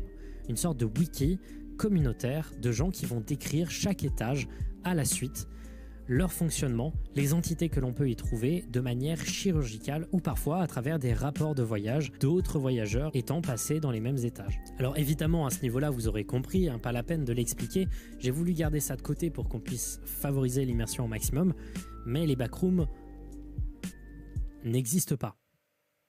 C'est en réalité un projet communautaire de gens ayant imaginé tout un univers et on va voir ce que ça implique. Dans cette deuxième partie de la vidéo, je vais vous expliquer un peu plus le lore des backrooms, un peu quitter cette narration à la première personne. Très heureux que les backrooms n'existent pas, let's go. Très heureux, mais il va falloir m'expliquer les vidéos qui ont été tournées dans des couloirs d'hôtels qui sont 100% réels. Je ne comprends pas comment ça a pu être tourné. Avec les lumières qui défilent à toute patate. Qui vous met dans les pieds de quelqu'un s'y déplaçant. Et là, je vais vous donner des Va falloir exemples d'étages m'expliquer que je quand trouve particulièrement intéressants et vous donner un peu plus d'explications sur tout ce qui niveau se passe et comment 199, fonctionne je vais cet péter un univers. Après ça, on va essayer d'analyser tout ça, essayer d'analyser le fonctionnement, lier ça à d'autres modes et canons de l'horreur et également essayer de comprendre l'origine. Sa mère, ceux qui ont créé les backrooms, quand ils avaient la flemme de créer des niveaux, ils mettaient no data. On les flemmard. De tout ça. D'abord, laissez-moi vous présenter quelques étages intéressants qu'on peut accéder à partir des étages 0 à 9 que je vous ai déjà expliqués. Parce que vous allez voir à quel point l'embranchement peut aller dans tous les sens. Je me demande c'est quoi le dernier niveau. Il a intérêt à être bien quand même. D'abord, on trouve l'étage 11, appelé aussi la ville infinie. C'est un étage plus sécurisé que l'étage 9, se présentant comme une ville infinie, vaguement américaine, complètement vide. Les bâtiments et les immeubles qu'on y trouve sont soit vides, soit remplis de mobilier avec des architectures incohérentes comme des escaliers menant à nulle part. On trouve parfois également des immeubles flottant dans les airs, d'autres empilés les uns sur les autres sans vraiment de sens. On dirait un peu une ville qui aurait été complètement glitchée. Pour y accéder, il suffisait de suivre les panneaux fléchés de l'étage 9. En revanche, si vous suiviez les panneaux fléchés dirigeant vers un champ de blé, vous tomberez sur l'étage 10, appelé le champ de blé. Et pour vous donner un petit vertige et vous expliquer l'ampleur du truc, voici, seulement pour l'étage 11, donc la ville infinie, le nombre de sorties vers d'autres étages des backrooms. C'est gigantesque, c'est véritablement gigantesque. Et donc du coup, vous comprendrez pourquoi je ne peux pas être exhaustif vis-à-vis de cet univers. Sans transition, voici quelques étages que je trouve intéressants, permettant un peu de comprendre le lore derrière cet univers. Étage 19, le vide sanitaire. L'étage 19 est accessible en passant à travers des trous dans le plafond de l'étage 1. Il se présente comme un grenier extrêmement... Les refs, je vous ai pas dit étage 1, je monte dans le plafond, je vous l'ai pas dit tout à l'heure. Sa mère, j'aurais atterri à l'étage 19. Moi qui voulais taper une sieste dans le plafond. est sombre où très peu Je d'entités serais allé à semblent l'étage 19 exister. bien vite. Il est conseillé de ne pas peser trop lourd lorsque l'on y va, étant donné qu'il est très facile de casser le sol en dessous de soi, et il n'est pas vraiment précisé ce qu'il y a en dessous du sol. En se baladant suffisamment longtemps, on peut tomber sur une porte en bois qui, si elle est forcée suffisamment, peut amener aléatoirement à plusieurs autres étages. Néanmoins, si vous ne prenez pas la porte et continuez à marcher sans but, vous finirez par avoir la tête qui tourne, la vision qui devient complètement floue. Cela signifie que vous n'êtes plus dans l'étage 19. À partir de ce moment-là, il faut que vous couriez le plus vite possible et que vous trouviez une sortie. Parce que vous êtes dans un endroit nettement plus dangereux, vous êtes dans la maison de l'étage 140. La vallée sèche est un étage infini d'environ Putain, j'aurais 40 été km dans de la diamètre, merde. se présentant comme une vallée asséchée à la température Oh très là là. élevée, donnant une vision un peu floutée, comme si vous étiez dans un rêve. L'intégralité de l'étage semble un peu glitché, comme si votre cerveau essayait de le reconstituer alors que vous le voyez. Mais surtout, il y a un endroit qui est particulièrement dangereux, c'est la maison en son centre. Il est extrêmement déconseillé de s'en approcher, celle-ci apparaît comme corrompue, comme si elle ne voulait pas se former, comme si elle ne voulait pas avoir une forme cohérente. Il est presque impossible de s'en approcher car ça cause des gigantesques effets sur la santé mentale. Vous commencez à entendre des chuchotements, vous avez des hallucinations et vous vous sentez en général très très mal avec de gigantesques maux de tête. Donc imaginez sortir de l'étage 19, vous êtes dans le grenier de cette maison, vous êtes en son sein, essayer de trouver une sortie est presque impossible. Ça peut être donc... La vie de ma mère, il y a des bruits chelous chez moi. Oui, bon, moi je suis dans une entreprise totalement vide. J'ai 3 étages à traverser là, littéralement.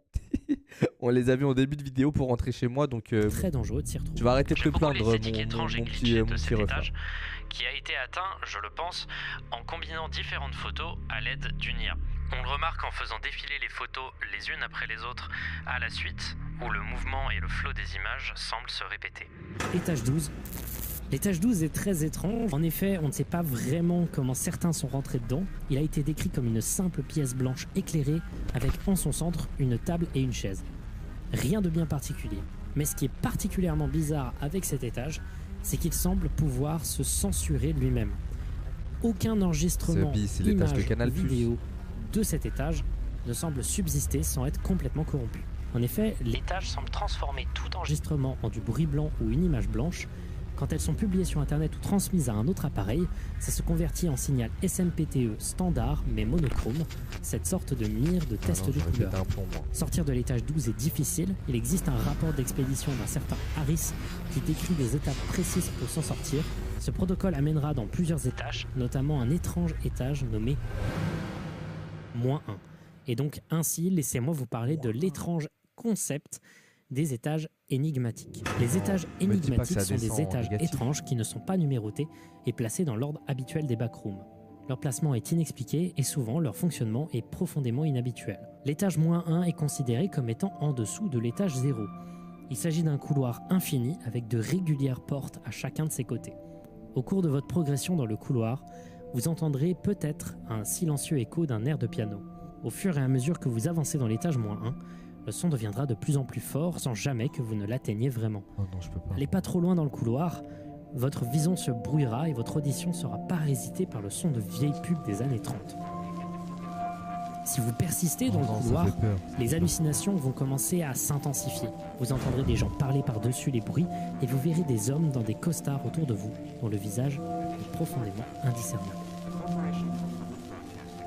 Aucun voyageur ayant subi ces hallucinations et l'étage -1 en général n'est allé plus loin après ça. Tout le monde s'arrêtant là et revenant en arrière, tellement les effets sur la santé mentale et la psychologie sont énormes. Tous ceux étant revenus ont parlé d'une certaine entité du nom de Nutrisha. Pas plus de précision autour de cette entité, ni même de certitude autour de son existence. Accéder à l'étage -1 est assez difficile, il faut briser un mur de l'étage 0 ou comme je vous ai dit, faire le protocole dans l'étage 12, ce qui n'est pas chose facile. Il est néanmoins assez facile d'en sortir. Les portes tout au long du couloir mènent à d'autres étages, dont les étages 0 et 1, ainsi que le -2, dont on ne parlera pas ici, mais qui est un étage extrêmement dangereux. Étage 2.1, les cavernes de béton. Les étages 2.1 sont un des meilleurs exemples de ce qu'on appelle les sous-étages, qui sont soit des portions internes à un étage ou des étages directement liés à leur étage parent. Pourquoi ça chante En l'occurrence, l'étage Rugby, 2.1 tu es capable? est lié à l'étage 2. Si vous vous souvenez, je vous avais dit que Ah oui, l'étage c'est 2 vrai. Dugby, il a enculé un mur. En plus, j'étais derrière. Et je vous jure que le mur, il y avait une fissure de fou. Les vigiles, ils se sont levés. Ils étaient comme ça. Mais donc, il a les un tuyaux grain, ce infinis, type. Hein. était très chaud en termes de température et qu'à certains endroits, les températures devenaient insoutenables, dépassant largement les 40 degrés. Il est possible de no-clip dans ces zones de chaleur extrême. Et à chaque fois que vous ferez ça, vous vous retrouverez dans l'étage 2.1. Pardon, excusez-moi, je Et voyais. à chaque fois que vous ferez ça, vous vous retrouverez dans l'étage 2.1.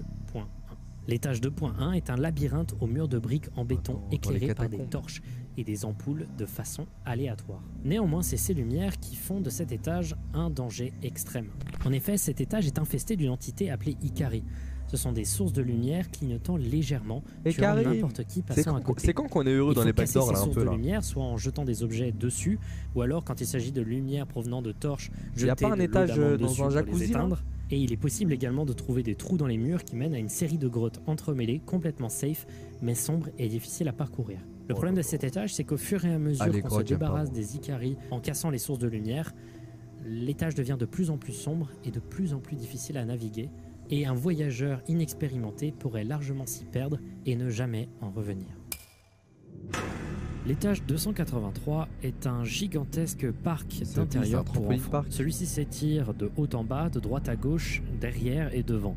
Il est gigantesque et possède différents types d'environnements, oscillant entre des tubes s'entremêlant, des toboggans sombres à la vertigineuse longueur, mais également on trouve de gigantesques châteaux comiquement colorés, des sols en bande élastique, des salons couverts de moquettes, ou alors de gigantesques piscines de boules à la profondeur encore inconnue. L'architecture et l'environnement de l'étage 280 Les refs, je vous jure que je préfère être à l'étage 1, 2, 3, nanana, que cet étage, les refs. Je vous jure, imaginez-vous être à cet étage dans un silence le plus complet, sa mère. Il n'y a pas un bruit, je me chierais dessus. Je préfère être dans un truc flippant où ça me parasite un peu les oreilles.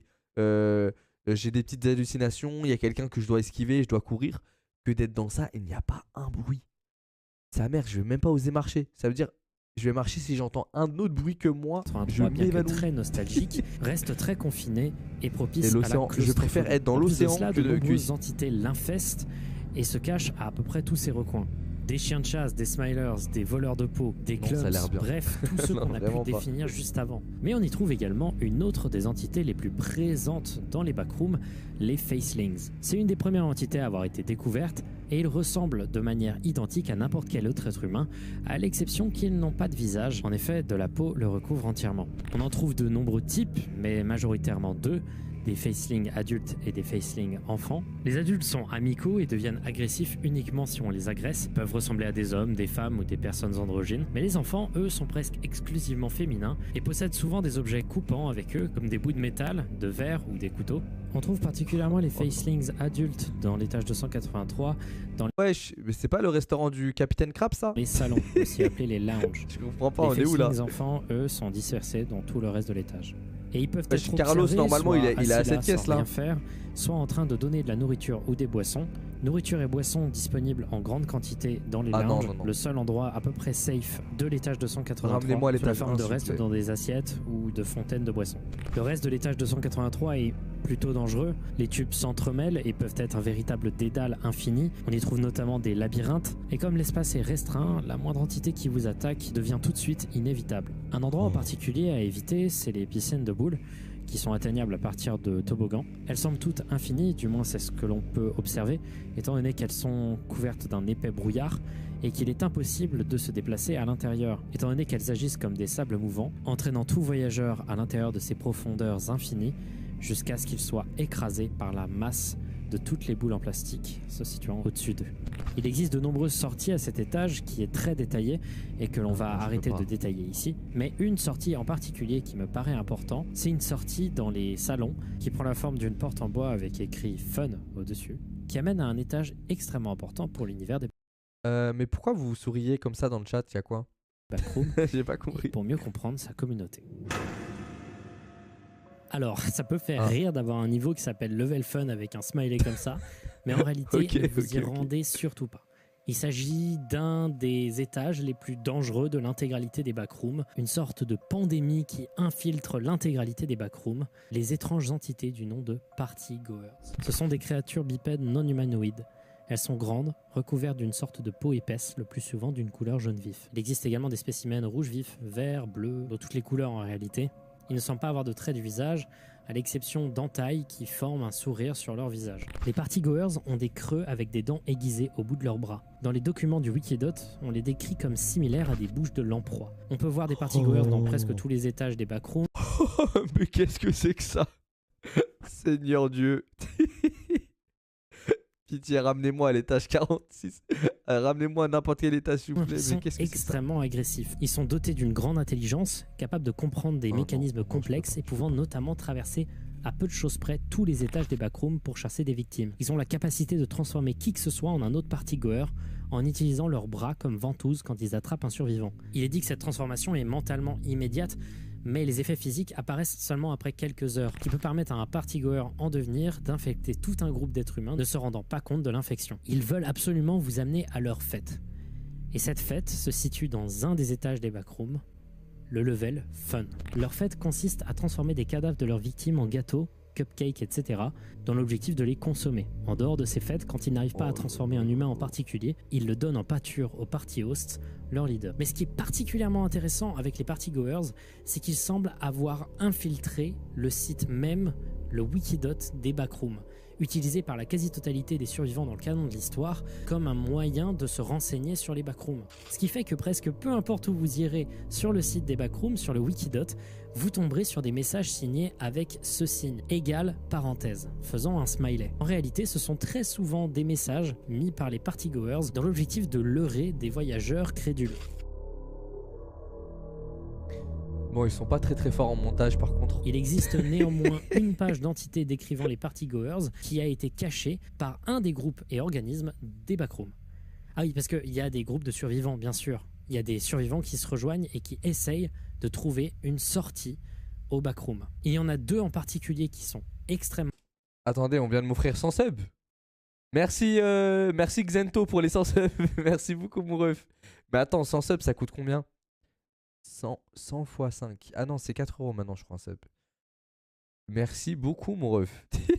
Merci infiniment. T'as dû claquer 400-500 balles. Ça me fait très plaisir. Merci beaucoup Xento. Important, le MEG et le BNTG.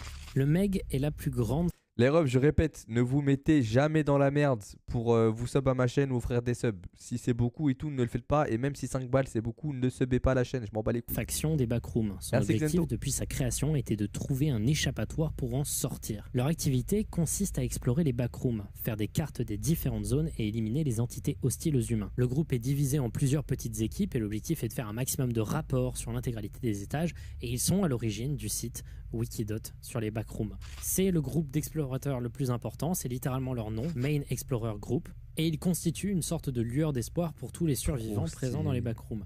Ils essayent à tout prix de trouver une sortie vers la réalité, aussi appelée les front rooms, mais en réalité, ils n'ont jamais vraiment réussi. Et encore aujourd'hui, ils essayent de persister dans ce dédale. À côté, on a le BNTG, ou le Backrooms Non-Aligned Trade Group, groupe commercial non aligné des backrooms. C'est un organisme indépendant créé à l'origine par le MEG, mais qui s'en est détaché par la suite. Il s'agit d'un regroupement d'assassins et de mercenaires possédant tous différents... Ah, il a pas fait exprès d'offrir 100 subs. Il a mis ce clic.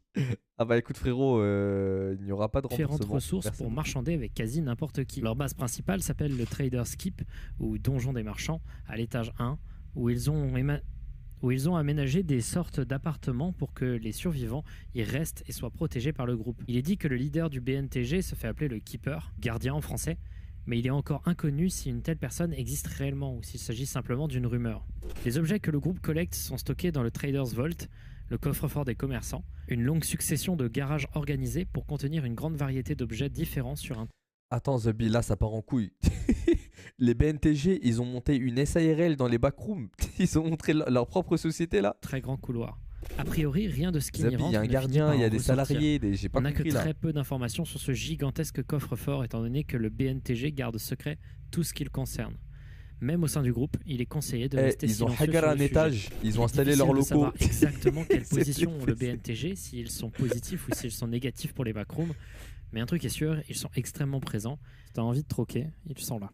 Et on arrive très rapidement à la fin de ma description du lore avant de commencer un peu plus à parler de tout ce qu'il y a autour. Et j'aimerais vous parler d'un dernier étage, un étage très connu et que je trouve personnellement terrifiant. Ouf. Il va être chaud celui-là. C'est tout? La fin. C'est un étage mystérieux qui est accessible seulement de quelques petites manières et qui est profondément terrifiant. Cette image me remplit d'un certain sentiment de crainte et de profond malaise. Il s'agit en réalité d'un espace piège qui donne l'impression à quiconque y entre qu'il a échappé au backroom, ce qui est en réalité faux. Car si vous ne l'avez pas compris, on ne peut pas sortir des backrooms. Et cet étage sera là pour détruire votre dernier monceau de santé mentale. Il est extrêmement difficile d'en sortir. Peut-être peut-on no-clip, on ne sait pas. Mais un truc est sûr, c'est que c'est un étage qui met extrêmement mal et qui finit lentement par consumer les gens y entrant.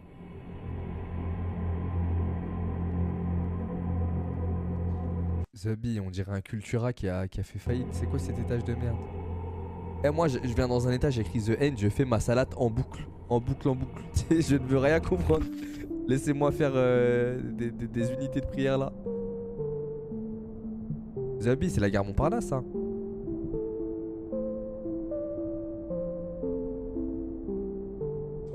You never leave the Voilà, back.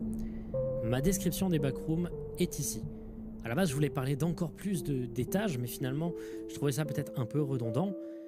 Et vous finissez par comprendre le truc. Je vous invite à vraiment explorer ce Wikidot, c'est vraiment un super projet.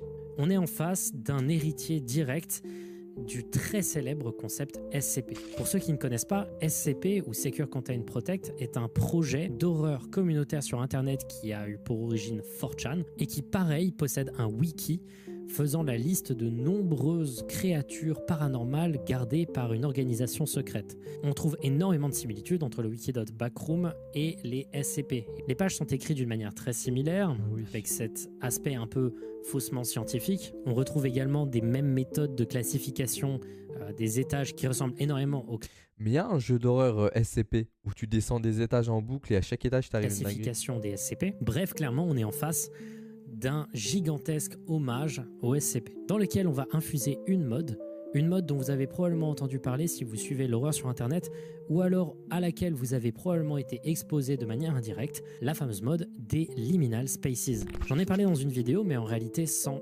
donner le mot liminal. C'est la vidéo où je parlais d'une mode où des gens faisaient des compiles d'images sur YouTube, de photos d'endroits dans lesquels on avait l'impression d'être déjà allé, mais en réalité dans lesquels on n'était jamais allé et qui étaient en fait des environnements profondément emplis de solitude, impersonnels et vides, avec des esthétiques très vieillottes qui donnaient vraiment un sentiment de malaise intérieur. Je suis fasciné par cette esthétique depuis plus d'1 ou 2 ans, et les backrooms ont été un peu le pic de cette mode, notamment quand on se rend compte que l'intégralité des étages des backrooms, et surtout l'étage 0, l'image de base qui a démarré tout le mythe, tout est basé sur des liminal spaces qui existent déjà. Donc du coup, quelles sont les origines des backrooms?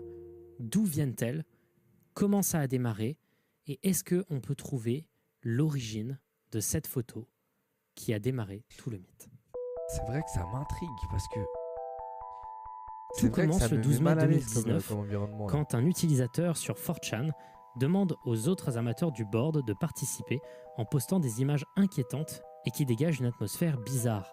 Off. Il démarre le thread avec l'image aujourd'hui très connue des backrooms. C'est une des réponses à ce thread qui donnera l'histoire qui a démarré tout le mythe. Le fameux texte que je vous ai lu au début de la vidéo. Le texte et l'image seront collés et 2 jours plus tard, ils seront publiés sur le subreddit r/greentext dédié aux petites histoires courtes provenant de 4chan écrites en greentext, un format très cher au site. Ce post intitulé Worse Than Any Creepypasta Out There comptabilisera 32 000 points et fera un mini buzz à l'échelle de Reddit. Les gens ont eu réellement une réaction viscérale au backroom et à la base, C'est récent, même en fait. si c'était J'avoue, l'origine 2019. seulement de gigantesques mèmes dont vous avez probablement entendu parler et juste de blagues, les gens aimaient vraiment le concept et au fur et à mesure, de nombreuses choses se sont créées. Notamment 4 jours après seulement le post Reddit, Un utilisateur du nom de YourDNDGuy s'inspire de l'image et de l'histoire et poste lui-même une creepypasta sur Reddit, faisant peu de bruit à l'époque, mais qui montre déjà qu'il y a un engouement sérieux au-delà des mèmes. Les refs, je trouve ça ouf parce qu'il y en a un qui a juste vu une image dans le salon d'une haja, dans le salon d'une grand-mère, avec une tapisserie toute vieillotte. Le mec, il a réussi à créer les backrooms sur ça, toute une histoire de fou à partir d'une image comme ça. Je me dis, il y en a, si ça se trouve, vous êtes dans le chat là, il y en a qui sont en train de regarder le live, vous êtes des putains de Spielberg dans vos têtes. Il faut juste que vous voyez une image d'un chien en train de faire caca, certainement. Il vous faut trouver une image qui va vous mettre la puce à l'oreille pour faire un banger sa mère. Des gens commencent à faire des visualisations, des vidéos les montrant, des créations 3D, des animations. Puis le 22 juin 2019, Markiplier, un youtubeur gaming que j'adore, fait une vidéo sur un jeu vidéo qui a été inspiré sur les backrooms. Ce jeu s'appelle Backrooms Game et ainsi il va contribuer encore plus à la propagation du mythe. Puis ensuite tout ça va se rediriger sur TikTok. L'image des backrooms va énormément être associée au phénomène des liminal spaces. Des gens vont commencer à créer des ARG, je suis bloqué dans les backrooms, j'ai besoin d'aide, et ainsi de suite. Énormément de choses vont en découler. Tellement de choses que je ne pourrais pas vraiment traiter dans cette vidéo. Et c'est seulement le 28 mars 2020 que le Wikidot sur le sujet a été créé par quelques personnes qui étaient déjà présents sur un autre wiki, un wiki de type Wikifandom, qui lui commençait à partir un peu en couille pour créer un univers étendu des backrooms qui s'est créé peu à peu à travers de créations les plus populaires de la communauté. Tout est un projet communautaire qui semble être apparu de nulle part. C'est un truc de fou à quel point la créativité sur internet était bourgeonnante à ce moment-là. Et finalement, les niveaux des backrooms sont arrivés assez tard et ont ramené un nouvel engouement dans les backrooms, tellement ça a rajouté un sentiment presque MMO et presque jeu de rôle au truc, avec des règles Ça peut vraiment exister les backrooms. Vous voyez les escape games et tout, il suffit qu'un propriétaire d'escape game loue un entrepôt ou je sais pas quoi, et ça il peut faire au moins 6-7 étages. Hein. Qui semble bizarre, enfin, les gens ont commencé à vraiment choper l'engouement. Même si moi j'ai tendance à trouver que ça part un peu trop en couille et que l'organisation devient un peu trop bordélique. J'aime pas trop la présence de groupes et d'autres survivants. J'aime bien le côté solitude qu'amènent les liminal spaces. Je pense qu'à ce niveau... Mais joue à quoi? J'ai pas compris. Voilà, il y a des trucs à faire. Et d'autres personnes comme moi aimaient bien cette période où tout était plus simple. Mais en même temps, j'adore... le côté profondément trou de lapin dans lequel on peut s'immiscer et découvrir des centaines et des centaines de pages, toutes plus créatives les unes que les autres. Et au fur et à mesure que tout ça commençait à se découpiller, les gens ont commencé à faire des recherches sur une chose, l'origine de cette photo. L'origine de cette photo, où a été prise cette photo? Et bien c'est là qu'il y a un truc formidable, c'est qu'on ne sait pas du tout. Parce que la photo originale, c'est quel endroit? On dirait un open space, mais un peu trop bizarre. La plus vieille itération de cette image, c'est le 21 avril 2018, quand un utilisateur anonyme de 4chan posta l'image sur un thread du board X dédié au paranormal sur 4chan et aux discussions autour, au sein d'un thread sur les images cursed, des images qui font peur dues à leur côté profondément illogique, bizarre et lo-fi. À l'époque, les backrooms n'existaient pas, mais c'est la plus vieille itération de cette image. Après ça, aucune idée d'où vient cette image. Quand est-ce qu'elle a été prise? Où elle a été prise? Vraiment, ce serait ouf de pouvoir se rendre dans les backrooms. Et plusieurs efforts ont été réalisés, notamment 4 vidéos de l'utilisateur Crowbar Boy, qui a permis de trouver de nombreuses images souvent associées à l'étage 0 des backrooms. Mais l'image originale, celle qui a tout démarré, reste emplie de mystères. Des rumeurs disent qu'il s'agirait d'une annonce toute conne de Airbnb, d'autres diraient que c'est la personne qui l'a posté sur 4chan en 2018 qui l'a trouvée, d'autres disent qu'elle existait quelque part sur internet mais qu'elle a été supprimée. Mais la réalité, c'est qu'on ne sait pas. C'est quand même particulier que l'image qui a démarré toute une rumeur autour de réalité alternée, moi je trouve ça ouf qu'on sache pas, semble être la seule image de ce projet dont l'existence est un mystère complet. Merci d'avoir regardé cette vidéo. J'espère que ça vous aura plu. C'était l'une des meilleures vidéos de Feldup.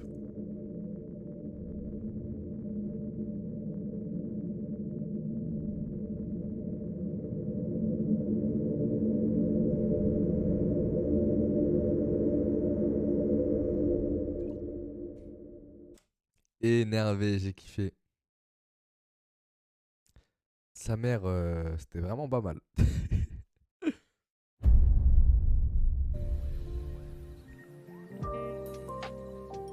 Bon les refs, comme vous le savez, je suis éclaté de chez éclaté. J'ai pas récupéré depuis le Z-Event, j'ai la voix cassée. Je suis mort de chez mort les refs, je sais même pas comment j'ai réussi à lancer un live ce soir. Je voulais vraiment vous faire plaisir. Les refs, j'ai une bonne nouvelle à vous annoncer. Le prochain live IRL qu'on fera avec Amine est probablement semaine prochaine. Je vais essayer de reprendre GTRP avec lui cette semaine. Et dans 2 jours, gros live jeu d'horreur. J'ai 2 jeux d'horreur à vous présenter. J'ai le SCP auquel vous voulez que je joue et un autre que j'ai préparé. Certains streamers y ont déjà joué et tout, mais bon, on verra bien ce que ça va donner avec moi, ok? Donc dans 2 jours, gros live jeux vidéo d'horreur. Je vais essayer de ramener peut-être pas Amine, mais peut-être un autre streamer. Faut que je vois, je vais essayer de ramener un... Peut-être Kamel ou j'en sais rien, on verra. Les refs, Sefi. Ah, j'avoue, Sefi ou Yanou, ça pourrait être bien, Sefi ou Yanou. Les refs, je vous fais de gros bisous. Encore une fois, les refs, croyez en vous, abandonnez pas vos projets, les refs. Je vous jure qu'en un an, il peut se passer énormément de choses. Dites-vous que notre aventure Twitch avec Amine, ça fait limite 1 an et demi. Ça va trop vite. Donc les refs, croyez en vous, n'abandonnez pas. À part si vous êtes stream Jamel, là, il faut abandonner. Mais les refs, sinon, croyez en vous, les refs. Voilà, donnez-vous au maximum. Et si jamais ça marche pas, nique sa mère, vous aurez tenté comme des bonhommes. Et vous pourrez vous dire la tête haute, ça j'ai tenté, ça a échoué, nique sa mère, voilà, j'ai tenté. Donc les refs, prenez soin de vous, je fais de gros bisous. Soyez bons avec vos parents, Inch'Allah. Prenez pas la tête à votre daron, leur parlez pas mal. Soyez bons avec eux, faites-leur des cadeaux, achetez-leur des courses, ça fait toujours plaisir. Bisous les refs, prenez soin de vous. À dans 2 jours pour un live horreur, ok? Bisous, ciao. Chiche.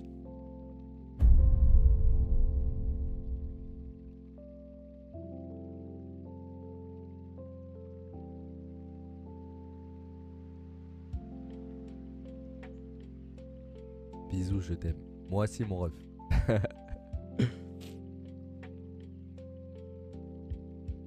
Je te suce. Bah viens. Je suis dans mon entreprise à l'étage 2 là. Putain, comment je vais faire pour rentrer chez moi, sa mère? Faut que je tape un sprint.